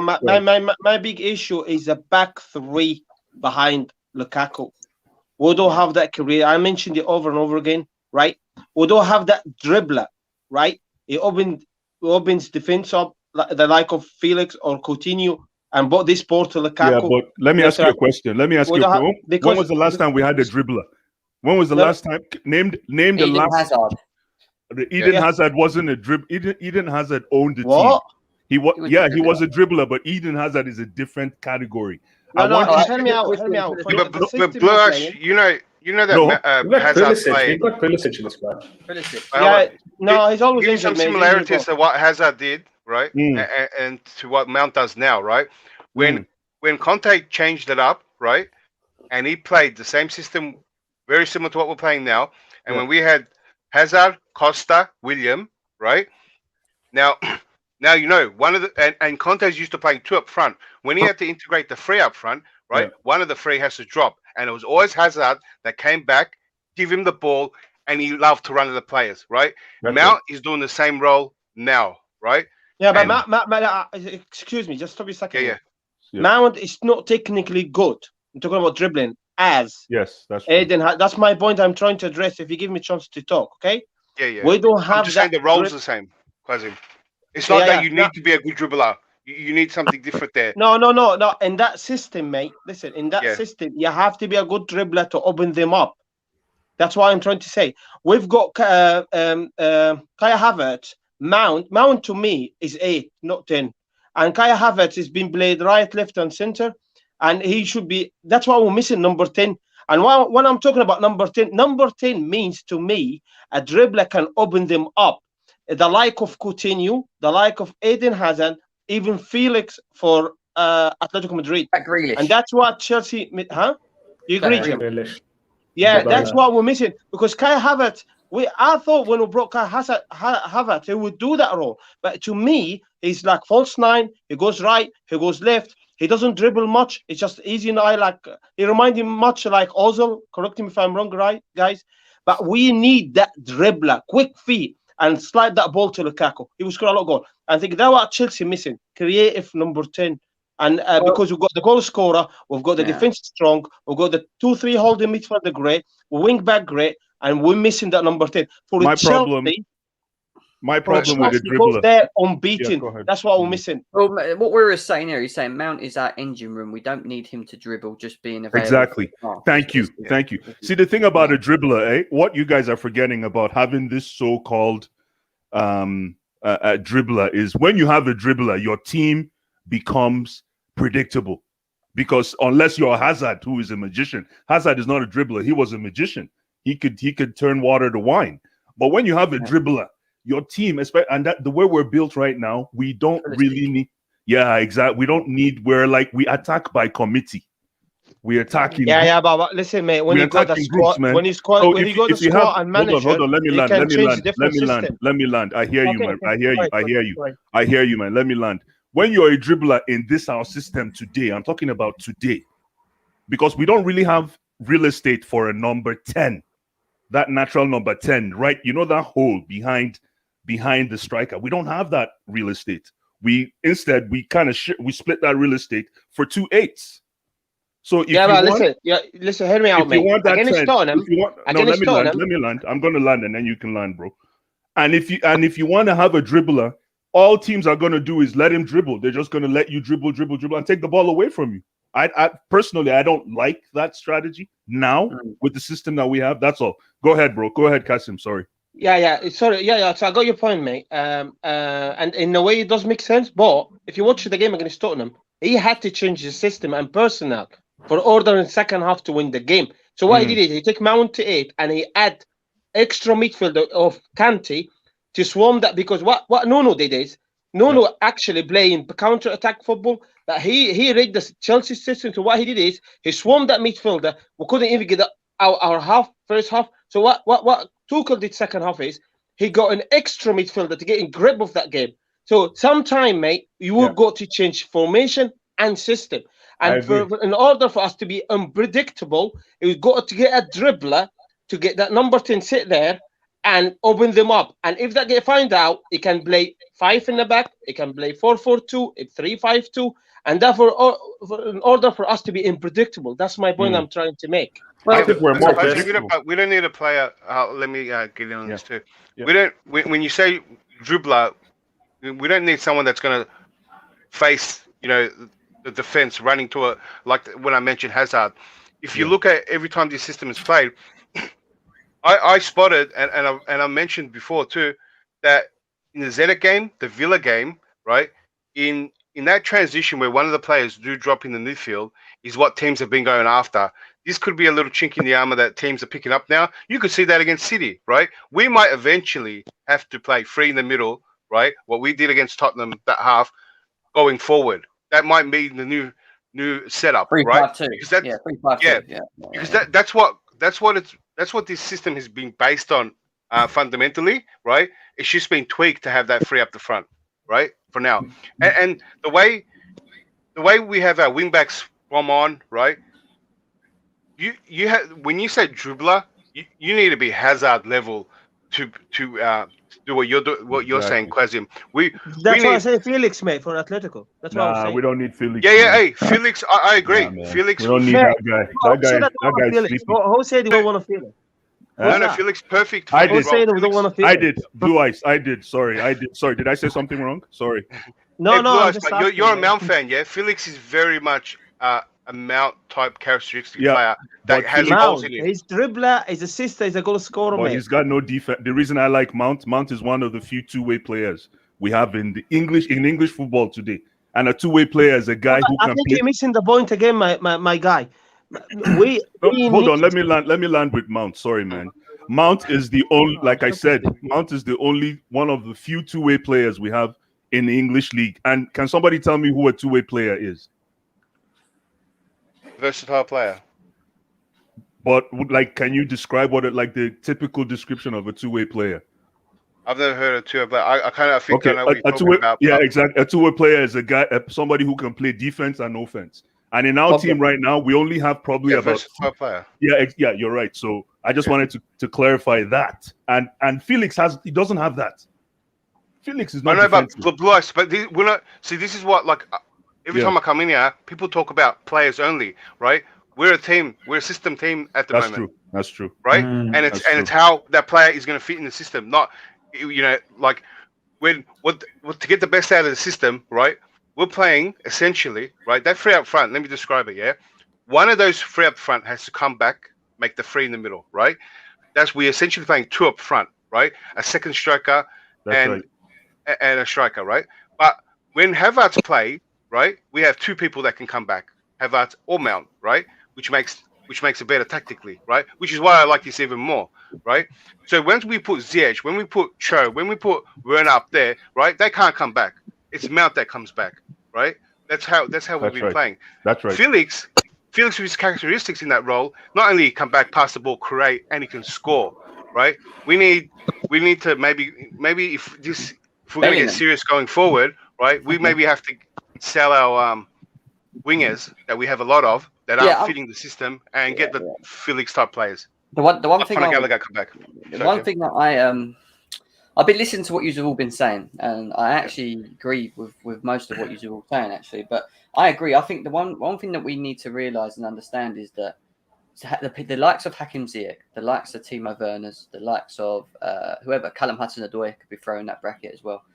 These players, if they do not manage to find a way to adapt to the way Tuchel wants to play, which is how we're playing at the moment, then they will have to go, because we're not benefiting from them. They're not able to play to their strengths. And if we're going to go and buy individuals that are going to allow us or excel us in this system, like some people saying Leroy Sane, Bellingham, Gnabry's, whoever the players are that we're looking to bring in, then we're going to have to free up that area, right? So I think it's such an important season for certain individuals that even people like Hakim Ziyech, who are not playing well at the moment, if they do not pull their weight and start finding some form, then we can push them on, and then we can start looking at the individual players that we need behind Lukaku that are going to actually work and fit this system. The issue we've got is we've got players that are not adapted. I think are not comfortable in this system. I don't think Ziyech is really getting it. Like, if you watch him, I don't know what he does in the game. Timo Werner is more impactful. I don't think it's good enough, mate.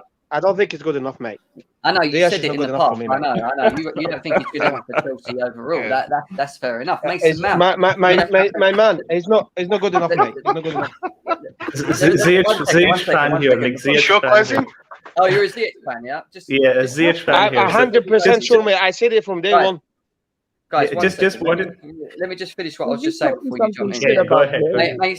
Mason Mount is a very talented individual, and the reason that we criticise Mason Mount is because of what he has done for Chelsea in the 2 seasons that we've seen. He set the levels quite high for himself. So when he has poor games, it's very noticeable. I've said this in the past. The only thing with Mason Mount is us playing him as one of the 3 up front. Is that actually really benefiting him? Are we asking him to do things that maybe he can't do, i.e. create? Is he a creative enough player to be playing that position? Can he dribble, like we said? Probably not. So what is it that Mason Mount's doing in that position? Is he just taking a place when we could have had someone? Do you know what I mean? So do we need to find Mason Mount's best position to get the best out of it? Is what I'm trying to say as well. So there's certain things that I think we still need to understand with the front line.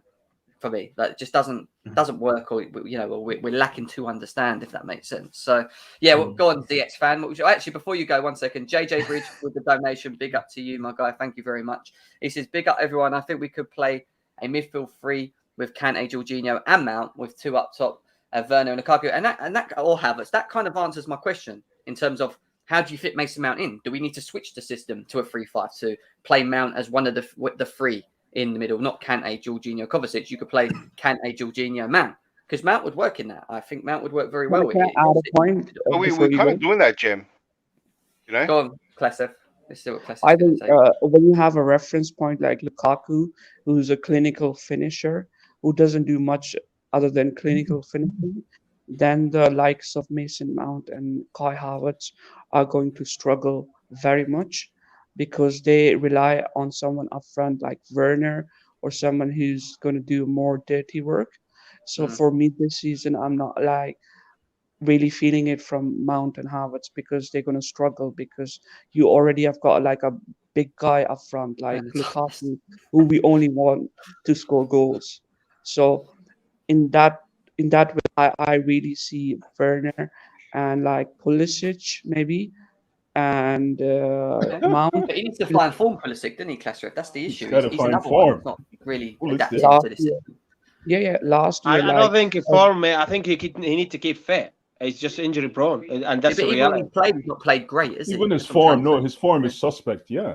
Yeah. I prefer Pulisic. I prefer Pulisic over Havertz, but the thing is, Pulisic fan also prefer Havertz. So I don't get them. When Pulisic fan prefer Havertz too, then I'm confused. Like I don't prefer Havertz. I love Havertz. Don't talk Hey, about Havertz. Klavitz, I prefer anyone with 2 legs over Pulisic at the moment. I mean, that's what we need. But he But might have to listen, go. Pulisic has intent. Pulisic, Werner have intent. Mount and Havertz don't have intent. They are more relying on their clutch movement. And when you're on the top level like Chelsea, we are not gonna only deal with the players who lack intent and who rely on their brilliance or elegance. Mount Havertz lacks is a guy intent. who- You said Mount lacks intent. He does lack intent. How? How does Oh, it lack intent, man? Who made the Champions League assist? I'm a Why did I Ziyech join you? fan. Jesus Can Christ. I talk about Champions League assists? You know Would what? you allow me? There's so many assists you can talk about. There's so many moves. Trust me, Mount has been suspect. You're right. Clash of I'm a Ziyech fan, but I still go ahead and tell you this: if you say that Mount lacks intent, then you should see Ziyech play. Thank you. Ziyech also lacks intent. I'm a Ziyech fan, but then I'll agree that he has weaknesses, right? He is not physically, that strong for Premier League, and his right foot is almost invisible.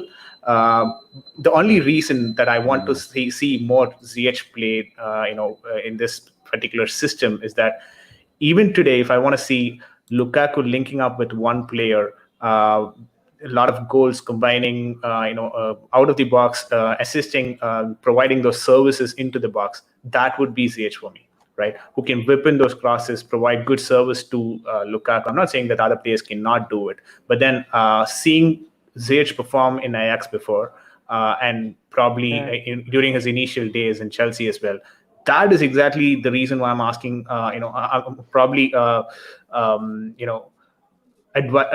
how do I say this particular thing, right?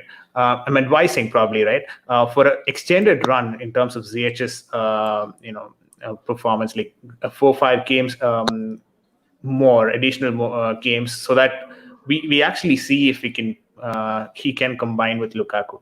You get my point, right? And I get your point, but I've never seen in my life, like it's been, since Mount, Havertz, and Ziyech, they have never had a good game when Werner is up front. When Werner is up front, they only have a good game. But when Werner is not there, with Lukaku, with other players, That's just been they this never season, have a though. good game. And they always mention that Crystal Palace game. Listen, that Crystal Palace is not like a top team, to be honest. And whenever I speak with Havertz, Mount, and Ziyech fans, like, when had you had a brilliant game without Werner? They always mention that single game, Crystal Palace. Other than that, they don't have any answer. And about the Champions League, the intent you're talking about, the guy that Mason Mount. Listen, Mason Mount pass was just straight to the midfield, to the defense, and the Werner making that space was only the possibility. If you look at that pass again, if Mason Mount makes that pass and Werner doesn't run, that pass would be straight to the defender. Okay, so it was he just kicked the ball. Yeah, you're right. It's not an assist. He just kicked it into the. No. I know. I remember. If I look at that move again, what he did was he just kicked the ball into the defensive area, and Werner just made the run. Werner knew where the ball was going to be. Made the run first. Werner made the run first. So and it was and then the pass second, which makes sense. He didn't just kick it. Exactly. So he didn't just kick it. Thank you. You're explaining yourself there. Thank you very much, sir. No, I don't think so. Listen, when Werner is making run, at least Mount is that good enough. He can realize that Werner is making run. And he did. And he did. Pass when Werner is not making run. I think what he's saying is he needs to play the ball quicker. He's too like. He played that ball. I don't know if you guys saw that ball. Did you guys see that ball that Mason Mount played into open space in that Champions League finals? Did you see that We've ball? seen it 100 Yeah, times. but it Okay, doesn't. good. My guy, Let me ask another Listen, question. listen. Let me ask another question. Was there any stability? No. I'm not saying that. I'm not saying Mason Mount is great. Now the guy is I suspect. really like Mason Mount, but I don't The think guy he's is suspect. Is And I'm not using that pass to describe Mason Mount as the best creator. No, that pass is one of a few that he has put together. But let's. Yeah, he needs to do more. Absolutely. My guy. Listen, we're all love Mason Mount. No, Blue Eyes. Call me Blue Eyes. Call me Blue Eyes, bro. Just hear me out. If you have players like Mount, Harvard, Ziyech fighting for a one place in a team, then obviously they're not going to pass each other quicker because they don't want. No. They're not going to do that. They're not going to do that. Obviously, they're going to play for the team. Mount's a player who'll play for the team. He passed to Lukaku. That sort of a mentality Tuchel hates. If you're fighting for your place, at least be organic. But we saw that with Kovacic. Kovacic tried to pass it to Werner or Lukaku last time just to get them a goal. So I think it's more of we're playing more of a team player there. It's not individual. Like Mount's not playing. Mount's a team player as well. I don't think he's playing just for his individual spot because he knows he can make it on the pitch. If you're in a professional football, you have a capability to pass quicker. The only reason you're not passing quicker because you don't want other guy to score goal and be ahead in your team, and that's the mentality you should run away from. Are you serious? Yeah. You're saying we have players. You're saying we have players that will negatively affect the impact in professional level. Listen, Mount can listen. When Mount knows he's the first team player, he doesn't mind. He passes quicker. When he knows like he's in danger, he's gonna slow down. When he know Kovacic or Kante might take his place. But they don't. The coach does not just look at goals and assists, though, Classic. He doesn't just look at the goals and assists. He looks at the plays. He looks at the runs. He looks at how they perform on the pitch besides the goals and assists. Thank you. Body of work. Every game. Can I just say something, guys? I'm gonna go back to my guy, right? I don't know his name, but nobody criticizing Mason Mount, but because Johnny comes across like that, right? He's got a certain attribute in the football pitch. He's not number 10. He's not a creator, mate. He's number 8 to me. His hard work, his work rate, intercept the ball, he can pass, great. There's no an issue with that. But he's not in the Coutinho, Felix to create. That's what I'm trying to get across. Nobody's saying that. But nobody's saying that, bro. I'm not saying that. I'm not. No. You think we're criticizing Mountain? We're not.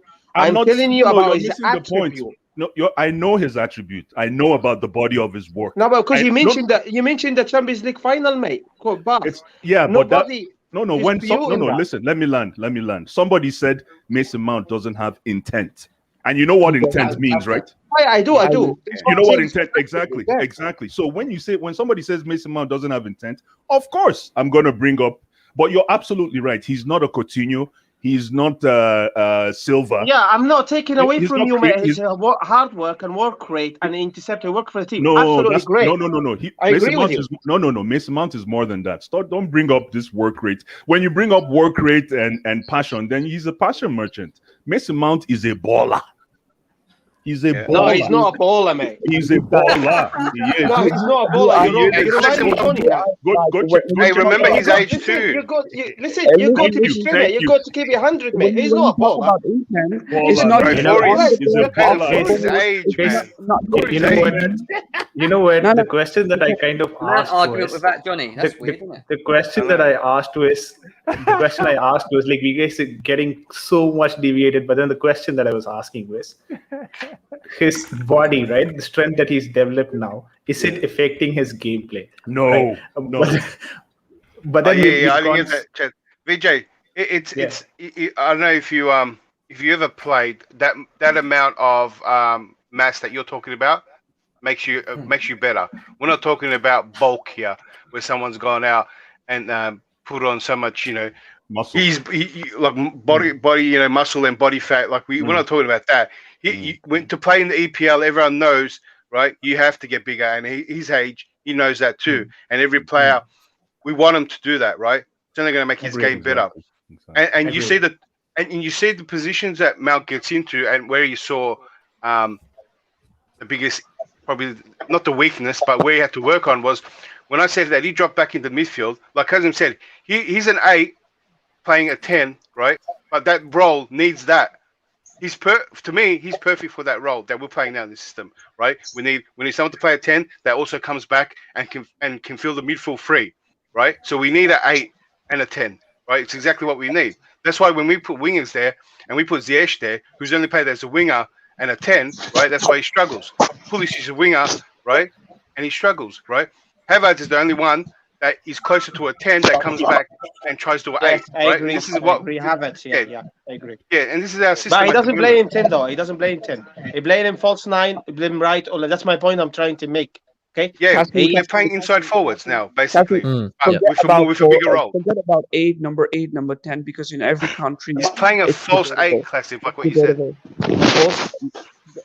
In my country, we have false 8 and false 10. Well, let's say cam. Let's kind of cam. I don't even know how to explain it. Center forward, cam kind of position. If you're not going by numbers. Yeah, Matt. What I'm saying, like a lot of people, we're stuck on numbers. You're right, and it's probably a bit more confusing because they're traditional numbers, right? Right now, we've gone to the stage of where people are playing different roles, gone away from the traditional. We only use the numbers for characteristics. He can be a cam, but now we're playing inside forwards, which were wingers that can score, right? And our wingers now are wingbacks. So we don't have. That's our wingers, right? In the game, they're the ones that stretch out. They're the ones with Cho, and that's why Cho always plays there. And now inside, we need inside forwards that can play midfield. Fast. Listen, the game is moving so fast. If you keep talking about false 8 and 8 and 10s, the game is going ahead. Like there's going to be new positions. It's never going to stop. It already is classic. So, yeah, do you get me? Like 8 and 10, if you're gonna you're gonna be end up like David Moyes. Do you get me? We're using numbers to. Guys, I feel like they can do different roles, and this is the one thing we're missing massively. It's not about the number, because when you look at the system that we play, it's a completely different. It's a different style, and it involves different players with different abilities, etc. When you look at the guys that play behind Lukaku, Hakim Ziyech, Timo Werner, Mason Mount, Kai Havertz, all of these guys are completely different players. Do you know what I mean? They offer something. Their abilities are completely different. Christian Pulisic is a dribbler. Mason Mount, for me, is a bit more of an all-rounder, but he needs to improve on his end products, yeah? Timo Werner's a runner, but needs to score more goals. Hakim Ziyech is our biggest creator, but he doesn't create. He needs to do that because he's our biggest creator, yeah? Callum Hudson-Odoi is a dribbler, but sometimes he needs to improve in the fast as well. So what I'm saying is, in the way that we play, we've got so many different options to play with different attributes and the different abilities, but it depends on who we're up against and the teams that we're up against. But if these individuals can't play to their strengths, then that's when we've got to start thinking to ourselves, why do we need them here? You either get rid of them or you switch your system. Now, or they're not good enough in the system, Jim. Or they're not good enough. They're not good enough in the system. Exactly. So if they're not going to adapt to what we're doing, then you need to then think in the future and think, right, what do? We need to bring someone in that can play to this. We need a dribbler. We need a creator. We need a. Do you know what I mean? Whatever it is. And at the moment, none of them are doing that. None of them are performing. You know. Does Pulisic have more intent? They're going to be phased out, Jim. I reckon. What'd you say? The player? I was going to say those players are going to be those players, like you said, if you don't adapt, you're going to be phased out because no one's. And every time anyone gets in this argument, they're not bad players. They're very good players, and I feel like when they leave, right, they're going to be balling in the teams that play with wingers, right? Ziyech, Cho, and Pulisic. If they were to leave, right, they'll kill it in the team, and people might use that to say, "Oh, see, why did we get rid of him?" But that's because the system doesn't suit them, and we're not changing coaches or systems at anytime soon. No, not why it's working. We're not even conceding any goals. As long as we continue to not concede goals, he won't change it because we're not losing games. We're not losing games. We might just score one goal here and there by Lukaku. But without Lukaku, then when are we going to get our creativity? That's why I'm saying I'm getting really scared that our players like Mount and Werner aren't creating anything really. All our creativity comes from our wingbacks and midfielders. The only time created was Werner, and that's why he should be starting against City because he's the only player in that forward who's got an assist. I agree. I think Havertz has been last few games has been very poor. I think Mount same. I don't know Mount is tired, but again, if you look at it, a system or Mount is not a career. That's Ziyech is weak. His work rate is not great. I don't know if that's why I'm saying he's not good. You know why? Because he's missing the big picture. I don't know if he can hack the Premier League or not. How long he's been playing with Chelsea now? All right. Nobody mentioned Ajax because Ajax is a Dutch league. He The should have put Premier on League weight is over different. quarantine. He needs to get up, get bigger, and be ready for the Premier. Yeah, man. Every time he runs with the ball, he just falls on the floor, and it's not for me, man. He needs roids to catch up in that. Roids of train or something. Yeah. Something. Look, if Werner plays or Ziyech plays, any one of the plays, and with Lukaku, right, Havertz or Mount, one of them have to play, right? Yeah. It's just how the system goes. One of them has to play, right? And because when Ziyech plays, he's been playing as a second striker. He's been playing what Werner does, right? But he has a habit of drifting wide because it's his main role. He plays as a winger. He likes to get the crosses in. So he doesn't do the role to the best of the ability, right? Yeah. And he tries to, he just naturally drifts off, right? And it's a weakness of the game. It's a problem about his game. But we can't play Ziyech, Werner, and Lukaku, right? Then one of those three are meant to come back, and you want Ziyech to play in the midfield. Now we've got a bigger problem. It's going to be a weak spot. That's why Mason Mount does that better than the others. You know, he can do that. Yeah, you know, he's more of a let's say defender, more of a all-rounder. All-rounder. Yeah, all-rounder. That's a perfect one thing you need. 1 second, guys. I just got to read this. Just got to read this comment out. JJ Bridge with the donation again. Thank you very much, mate. He says Gem, and he puts a diamond. None of them are performing, and we are at the top of the league. Imagine when they all wake up and start performing, and that is true. Imagine when we start banging goals and they start ticking. We're really deadly. Sometimes I feel all these talks that we do here are like, okay, fine, we're talking about players who are not performing in Chelsea, but then Chelsea are making sure that they win every single game, right? End of the day, that victory and 3 points really matters, and we're able to get that. We play in a system, we don't play in a system, we get the result from somehow, even in difficult games, due to individual brilliance or due to the system that we follow or due to Tuchel. End of the day, the result matters, and I agree to the point when they all wake up and start performing, it's going to be dangerous. Yeah, it's going to be dangerous. I just wanted to. Oh, thanks, VJ. I just wanted to shed more light on your curiosity about Mason Mount, with the way he's bulked up and bulked up in muscle and size. You do know that Mason Mount has a boxing background. You know that's his second job. He's a boxer. Mm-hmm. Did you know that? Did he fight Anthony Joshua? No. He comes from a boxing background. So this is what happens when you box on the side. You know, when other people are playing video games on the side and you're boxing on the side, the chances of one to bulk up is key. And it's the EPL. The EPL is strong, man. Yeah, this is physical. Yeah, look at Saul can tell you how that went. So yeah. For 35 minutes. That's the first game. Matt, what are you saying? First game. No, I was just wait.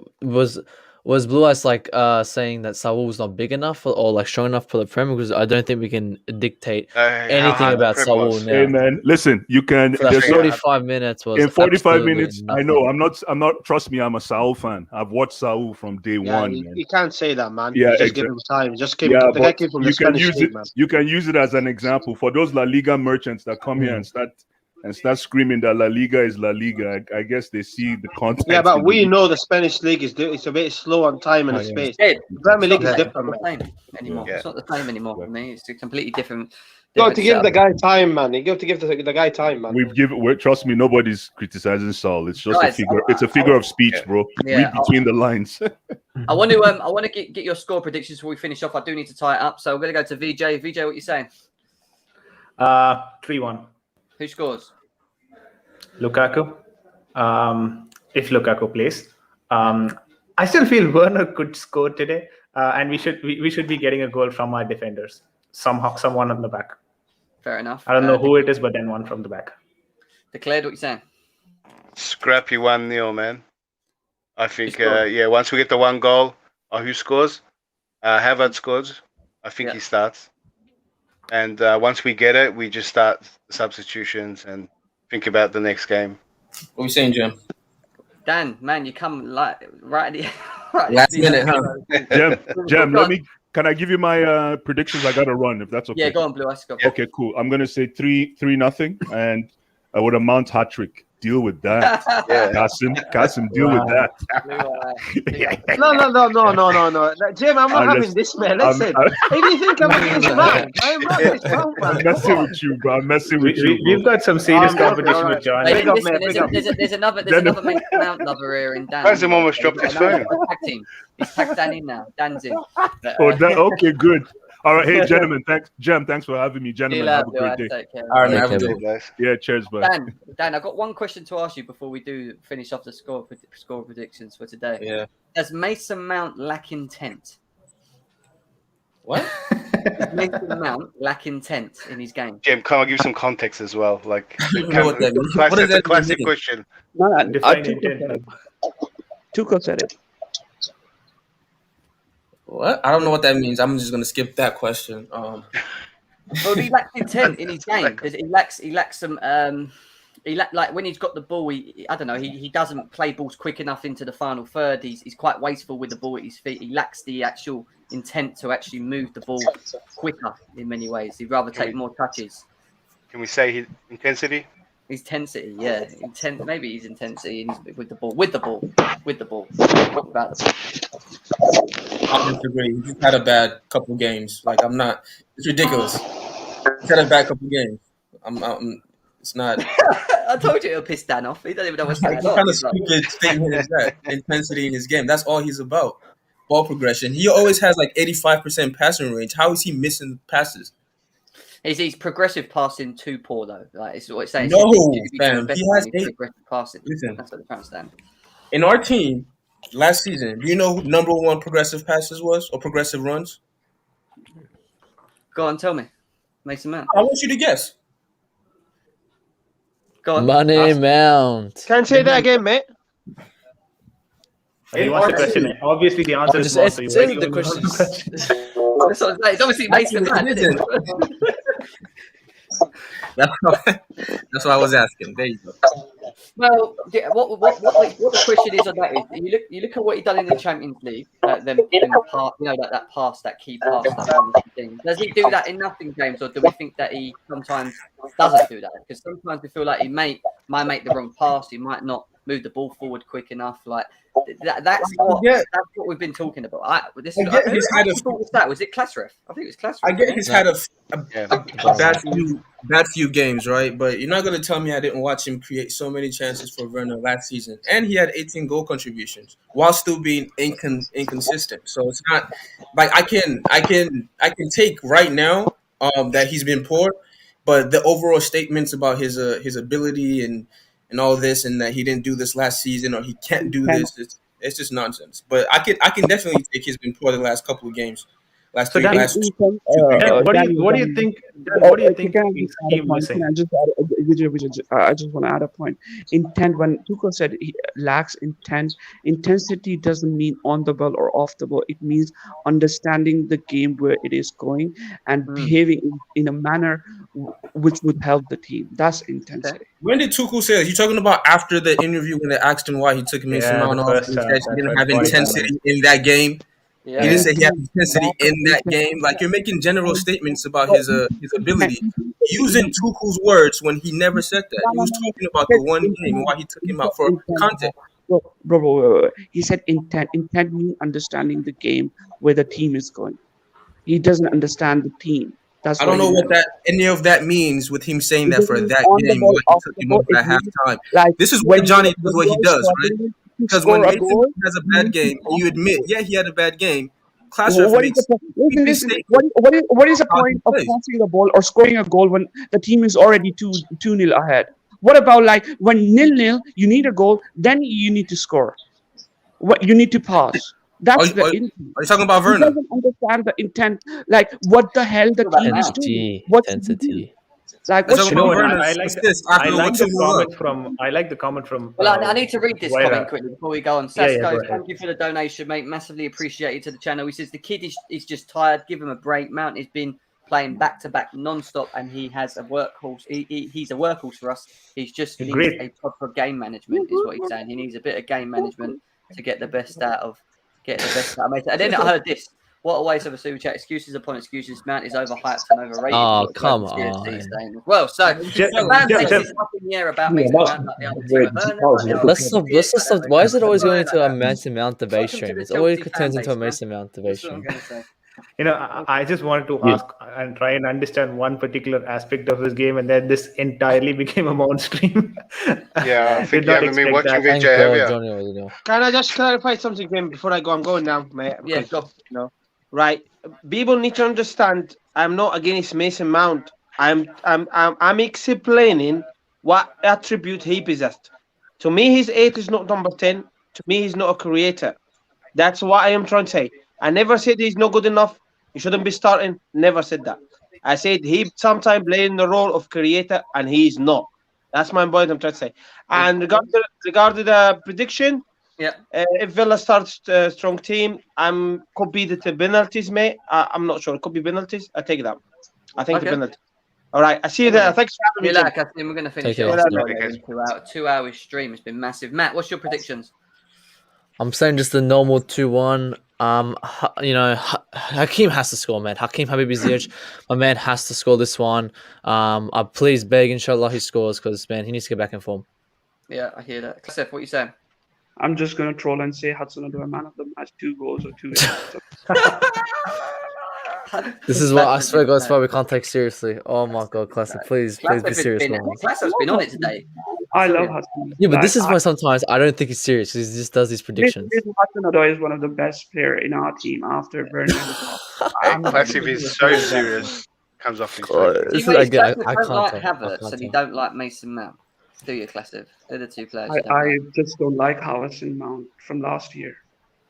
They are too classy. They are too classy. They are too elegant. They are too much into their own answers.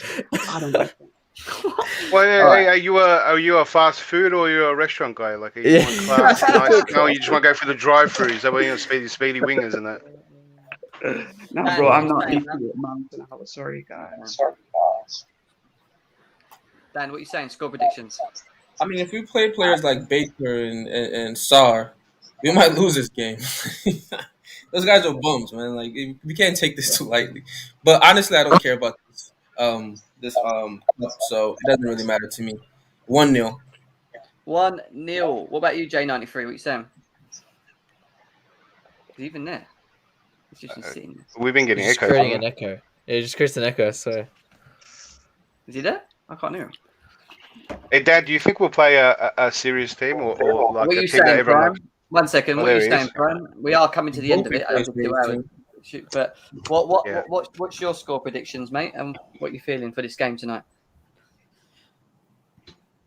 I don't know. I think it'd be interesting seeing a lot of these second string players.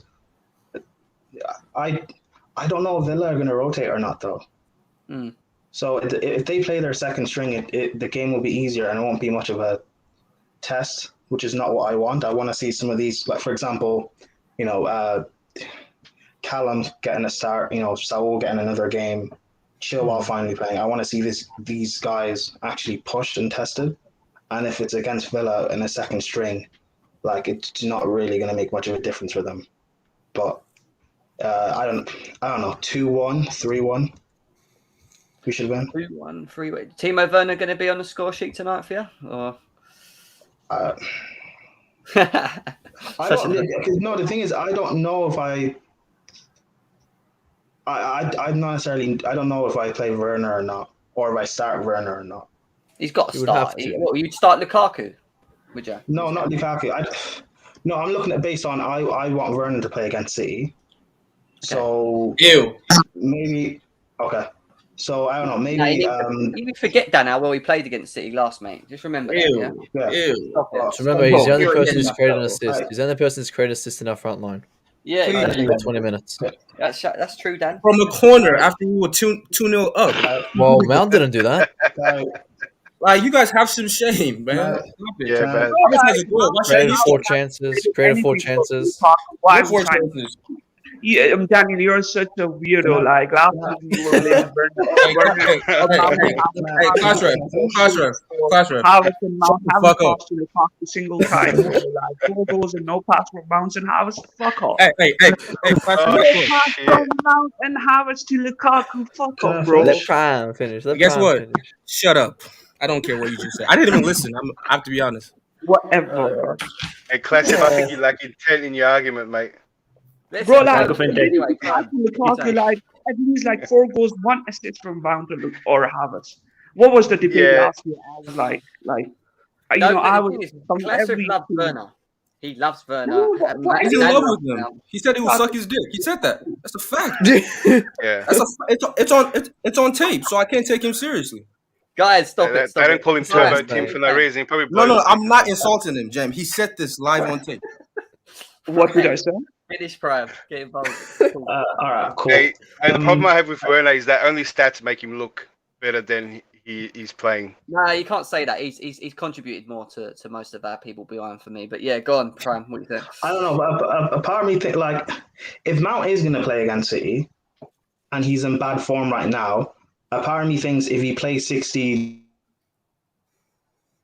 racks up. You say he gets a goal or he gets an assist or something, that might boost some confidence a bit and put him into a better form playing against City. Havertz, he's also in poor form in my opinion. And again, if you play him in this game, he gets a goal or an assist like he did last year in the first League Cup game. I think he got a hat-trick or something. That might help in some way, boost confidence for him to start against City. Because I would like Werner to start against City, but I don't think he will. I think he will have to play this game. But I don't know. Do you guys think that Werner is more suited for the City game than this game? Because I think he is more suited for the City game. But they've got 2 players missing. See, but we're going to do it's probably going to be another front three that has Mount and Lukaku against City, which I don't want to see, but it is what it is. So I think in this game, Werner, Ziyech, and Cho will be the front line, which it's a good thing it's against Villa's second string because that doesn't sound well. Talk about Werner's going to score fucking 5 goals tonight. Watch, I'm going to shut everyone up, mate. I hope he scores. I hope he scores. It'll be back-to-back goal contributions, which is more than our front line's doing. So I hope he scores. But Mount won't feature against City. Timo and Havertz need to be fresh to support Lukaku for City. Is what we were saying. I think Mount and Havertz will start, but I'd like to see Werner because I think Man City will play a high line. And what he did against Spurs, taking off Mount at half time, is a big decision. I think if Tuchel still has the balls to do it, I see him dropping Mount. 3-5-2. Maybe not even. Well, maybe a 3-5-2, but I see him maybe just dropping Mount. Yeah. Because again, considering how he was poor in the first half, but considering what everyone says about how Mount's able to, drop in and fill in into the midfield and stuff like that, it doesn't necessarily make sense bringing on Kante. Mount could have essentially done that, unless he actually did play that poor, and which he did. So I think Werner just gives you. And he's in poor form as well. I think in a 3-5-2, Werner works for me. I want to see him with. I want to see him with Lukaku more. I know Dan, you don't like him and whatever else, but I just think we've given others opportunity. Like Ziyech has had his opportunity. For me, he's bottom of the pecking order. Yeah, Mason Mount. Well, maybe Ziyech kind of proved it though. Huh? Ziyech kind of proved it in the preseason. Ziyech, you know what's funny? He did well in preseason, and then he started the Super Cup. And I remember everyone was getting gassed, saying, this is Ziyech's season, yada, yada. He scored in the Super Cup, and then he came off injured. Yeah, and all of a sudden, people are injured and saying that. I don't think it's that. I think he struggles to understand his role. I think because he's not playing in a position where he's used to, and it's fair enough, but he has to adapt to it. Yeah, he does, and that's my issue. But he's not taking his chances at the moment. That's my problem with Ziyech. Every time he gets a chance, I feel like we're playing with 10 men. I don't know what he does on the pitch. But I also feel at times. So sometimes maybe we're just playing with the wrong pairing of a front three. Yeah, I agree with that as well. I don't think Mount and Ziyech would work. Yeah, because I think last season you could have a if it's Havertz false nine and you have Werner as a runner and Mount to do that dog work, or you can take Werner out and have Ziyech as a creator or whatever. Like at least it worked in that sort of way. But now because we have with Lukaku, Havertz, and Mount, and Havertz are just like, I know they're different players essentially, but it's kind of like it's not kind of the same in terms of there's no one doing a clear standout different sort of job. That's why I would like a runner like Werner or Pulisic to stay fit, or maybe just throw Callum in and give him a chance over Mount. I don't think he'll play. I don't think he sees Callum as an inside, inside the front three. I think he thinks he's just I think he just uses him as a right wing back. I don't think you ever. Yeah, because Callum's not clinical to be a part of to play as an inside forward. Like he's a winger. So if we start playing with wingers again, I think Werner deserves his chance to try and build a relationship with Lukaku. That's my point. But he already has. It doesn't work. If it doesn't work, kind of already has. has. We've got to try. He played 20 minutes and it worked. He played 20 minutes and it worked. Any player playing alongside Werner shines. Even a fucking host. That's the story. People laugh, but Werner has 27 goal contributions last season. He does. So he kind of has a point. Look how good. I'd say Werner's one of the best strikers outside the 18 box. My problem is when he gets there, and even when he got his chance, he just nothing. It's just fluff. I know. Again, in the Spurs game, Werner is one of the strikers outside the box. If he's outside the box doing everything, how is he going to have energy to finish the game? You get me? Like, to go.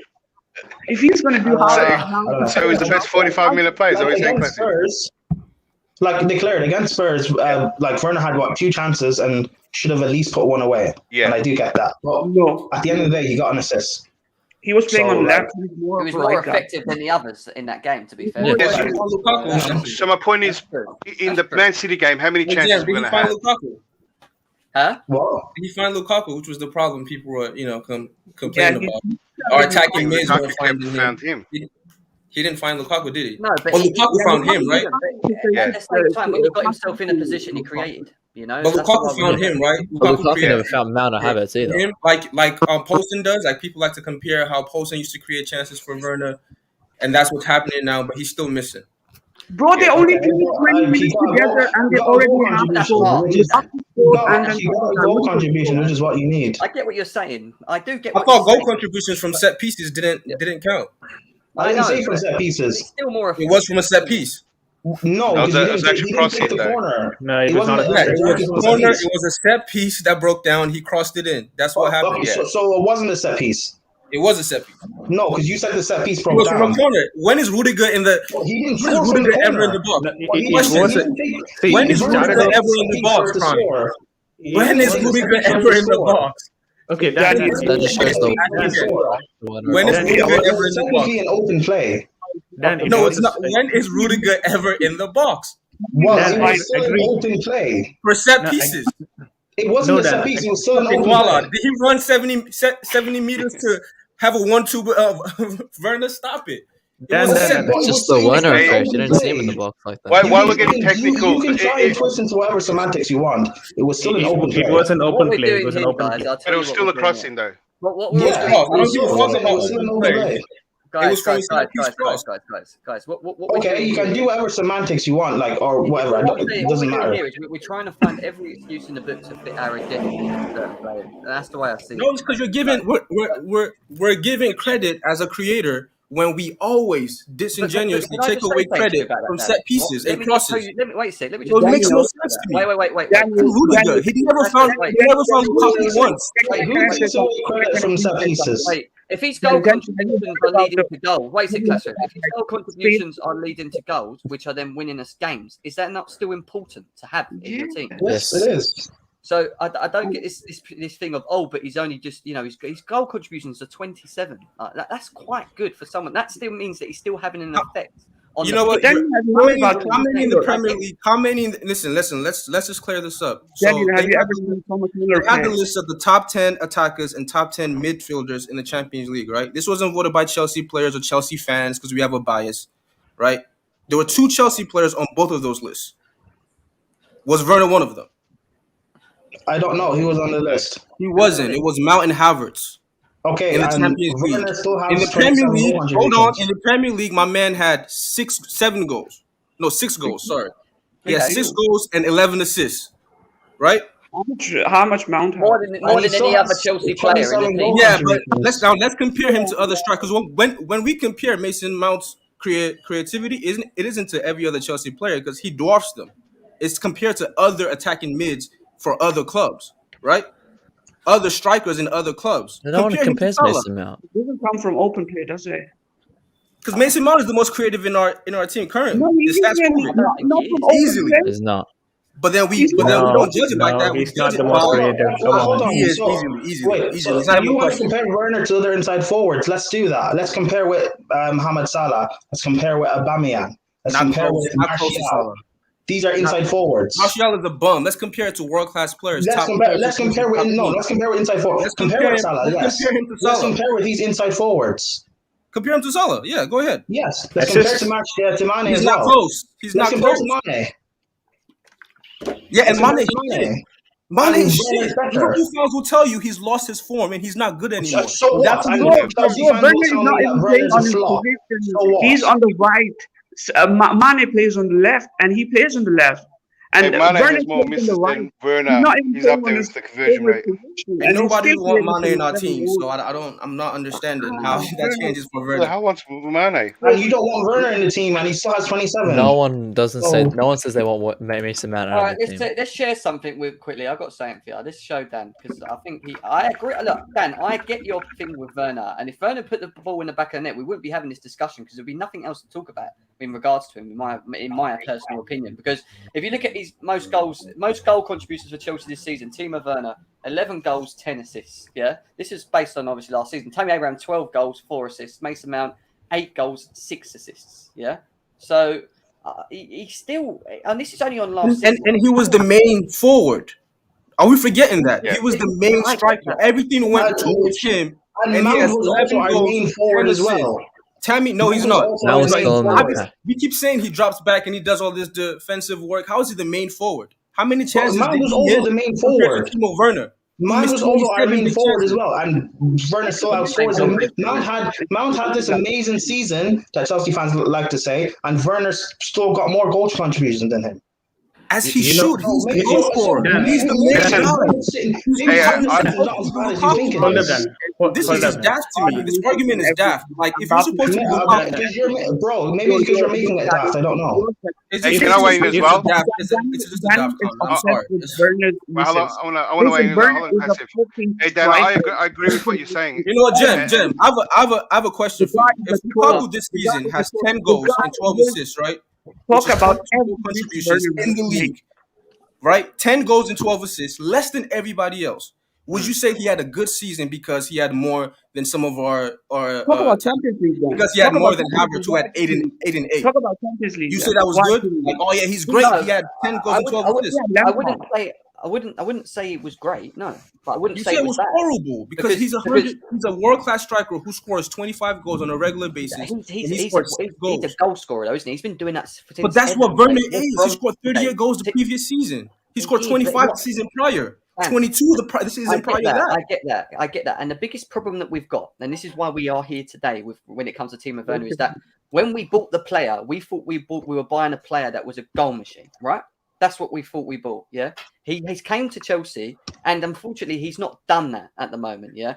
Romelu Lukaku, wherever he goes, will score goals, double digits, assists. And why? Because he's been doing it at such a young age at West Brom, at Everton, even at Man United, he scored 16 odd goals. He's still in double digits. He is a goal scorer. Comparing Lukaku to Timo Werner for me is like chalk and cheese because Timo Werner's only been doing it at Leipzig for what, 2 seasons? Yeah. And for Leipzig, would you say Werner most of the game he played on the right side. Lampard didn't let him play on the left This is the same. Let me explain something to you. In the same way how Timo Werner racked up assists last season is the same way Lukaku does.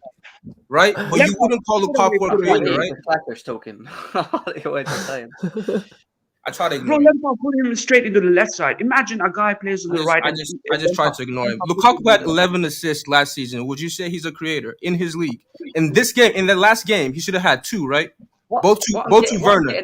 Would you call him a creator?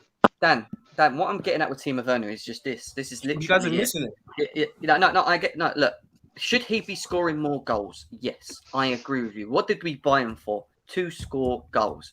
But he is still goddamn effective in this system that Tuchel likes to play, more so than some of the players that we currently have playing in that position or around him.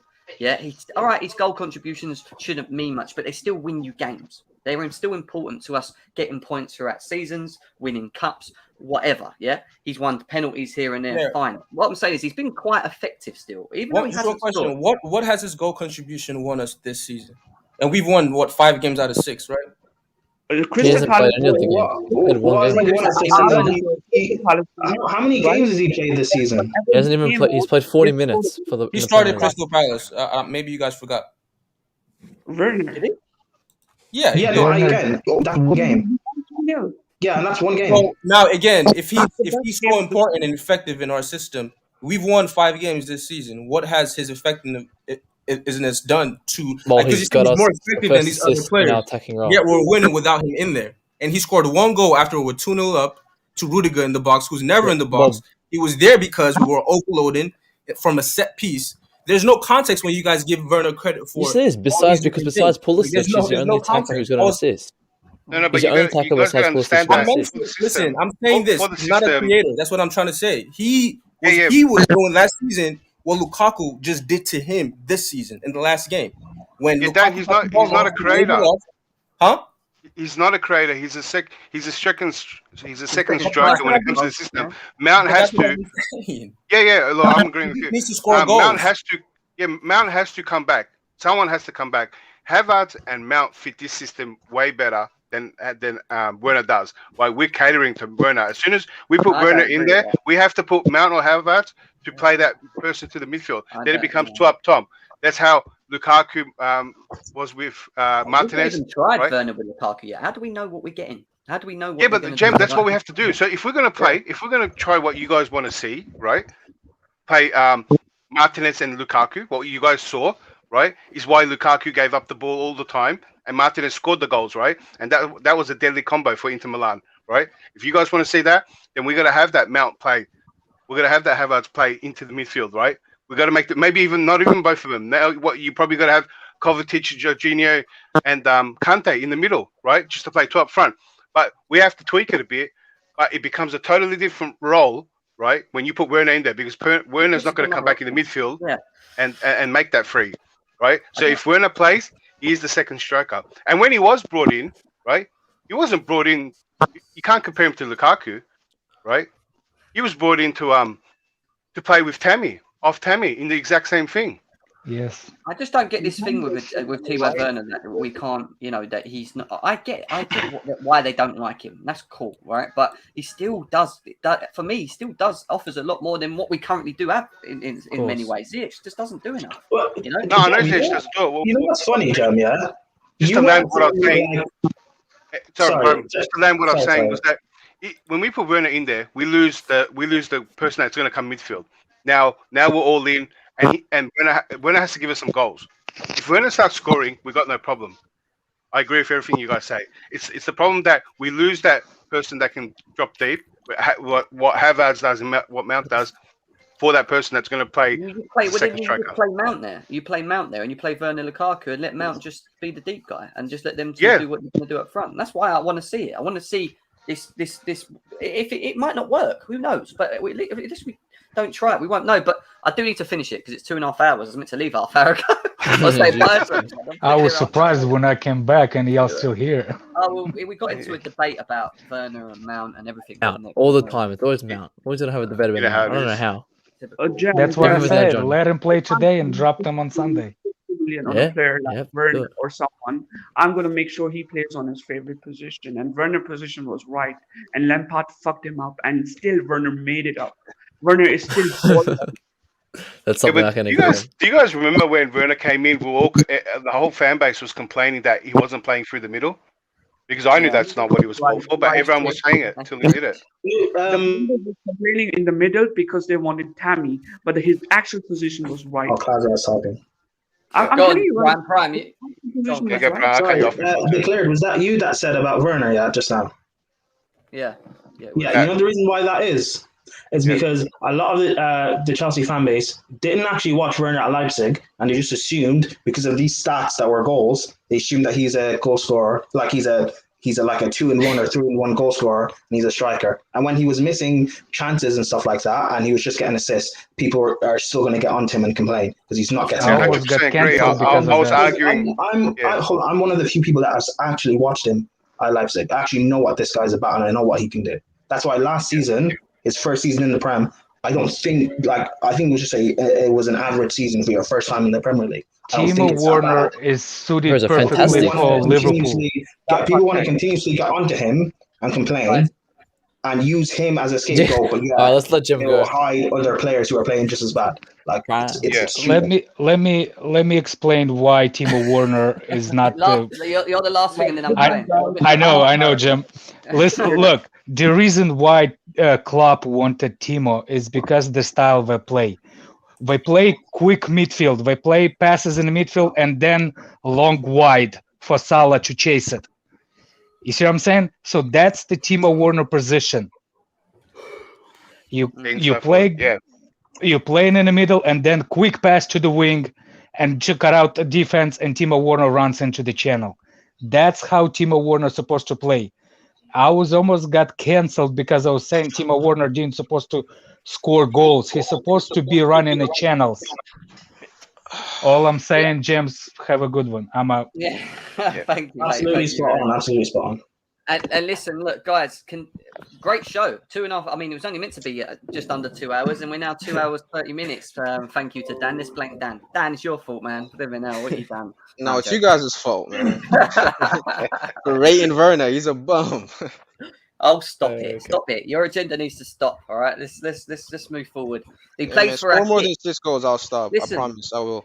Dan, he plays for our club. We should put the club first. Put the agenda aside. You're right. But I've seen Torres and Morata. I can see history repeating itself. I just don't. I'm not here. Yeah, but I hear you guys though. That's cool. Yeah, but then what I would say is, I agree. You can have that feeling based on but just be open-minded to it, man. It's a new season. He's not even properly played yet with even Lukaku. Just give him the chance. Like we're giving Ziyech the chance, and I think he's only got one this season before we even need to get rid of him if he doesn't kick into form. The same with Cho. If he doesn't get minutes, he needs to go. Like there's a number of players that are on scrutiny at the moment. Werner might be one of them for you guys. I don't think Werner's going anywhere, if you want my honest opinion. Even if he does have an average season again with a couple of assists and links up well, I think Tuchel will still want to keep him, but we'll see what happens. Werner's better than Ziyech and Pulisic and Cho, you know. Don't worry, guys. He's gonna be playing Hoffenheim home and away next season. So I'm not really worried. Bayern Munich want him. If Bayern Munich want him, then they can obviously see something. Yeah, he can play Hoffenheim and them man over there. That's cool, man. I'm cool with him. More goals because it's more open, to be fair. Because of course he will. It is what it is. But guys, continue smashing the like button. Subscribe to GNA TV if you're new here as well. I will be back for the Man City preview. We've still got to do the Premier League review show as well. I ain't done it. I've still got so many shows to do before the weekend, and I'm going to the City game on Saturday as well. So I'll make sure I do the preview on Friday before that, and maybe a reaction that evening once I get back or Sunday. But yes, guys, thank you very much. Good conversation, good topics as always. Chelsea fan base never seems to surprise me as always in many ways, but we move forward and hopefully we get the win tonight. I think we'll win 2-0 actually, by the way. I didn't say, but I think we'll win 2-0. And I think Werner might score. I keep saying it. He might score. He might score tonight, you know. Let's see what happens. Werner a man. Let's go with Werner a man. Good luck, everyone. Take care. Peace. VIP, stay low key, like bando bitch, oh please, yeah. Brand new whip, no keys, yeah. Get down on knees, yeah.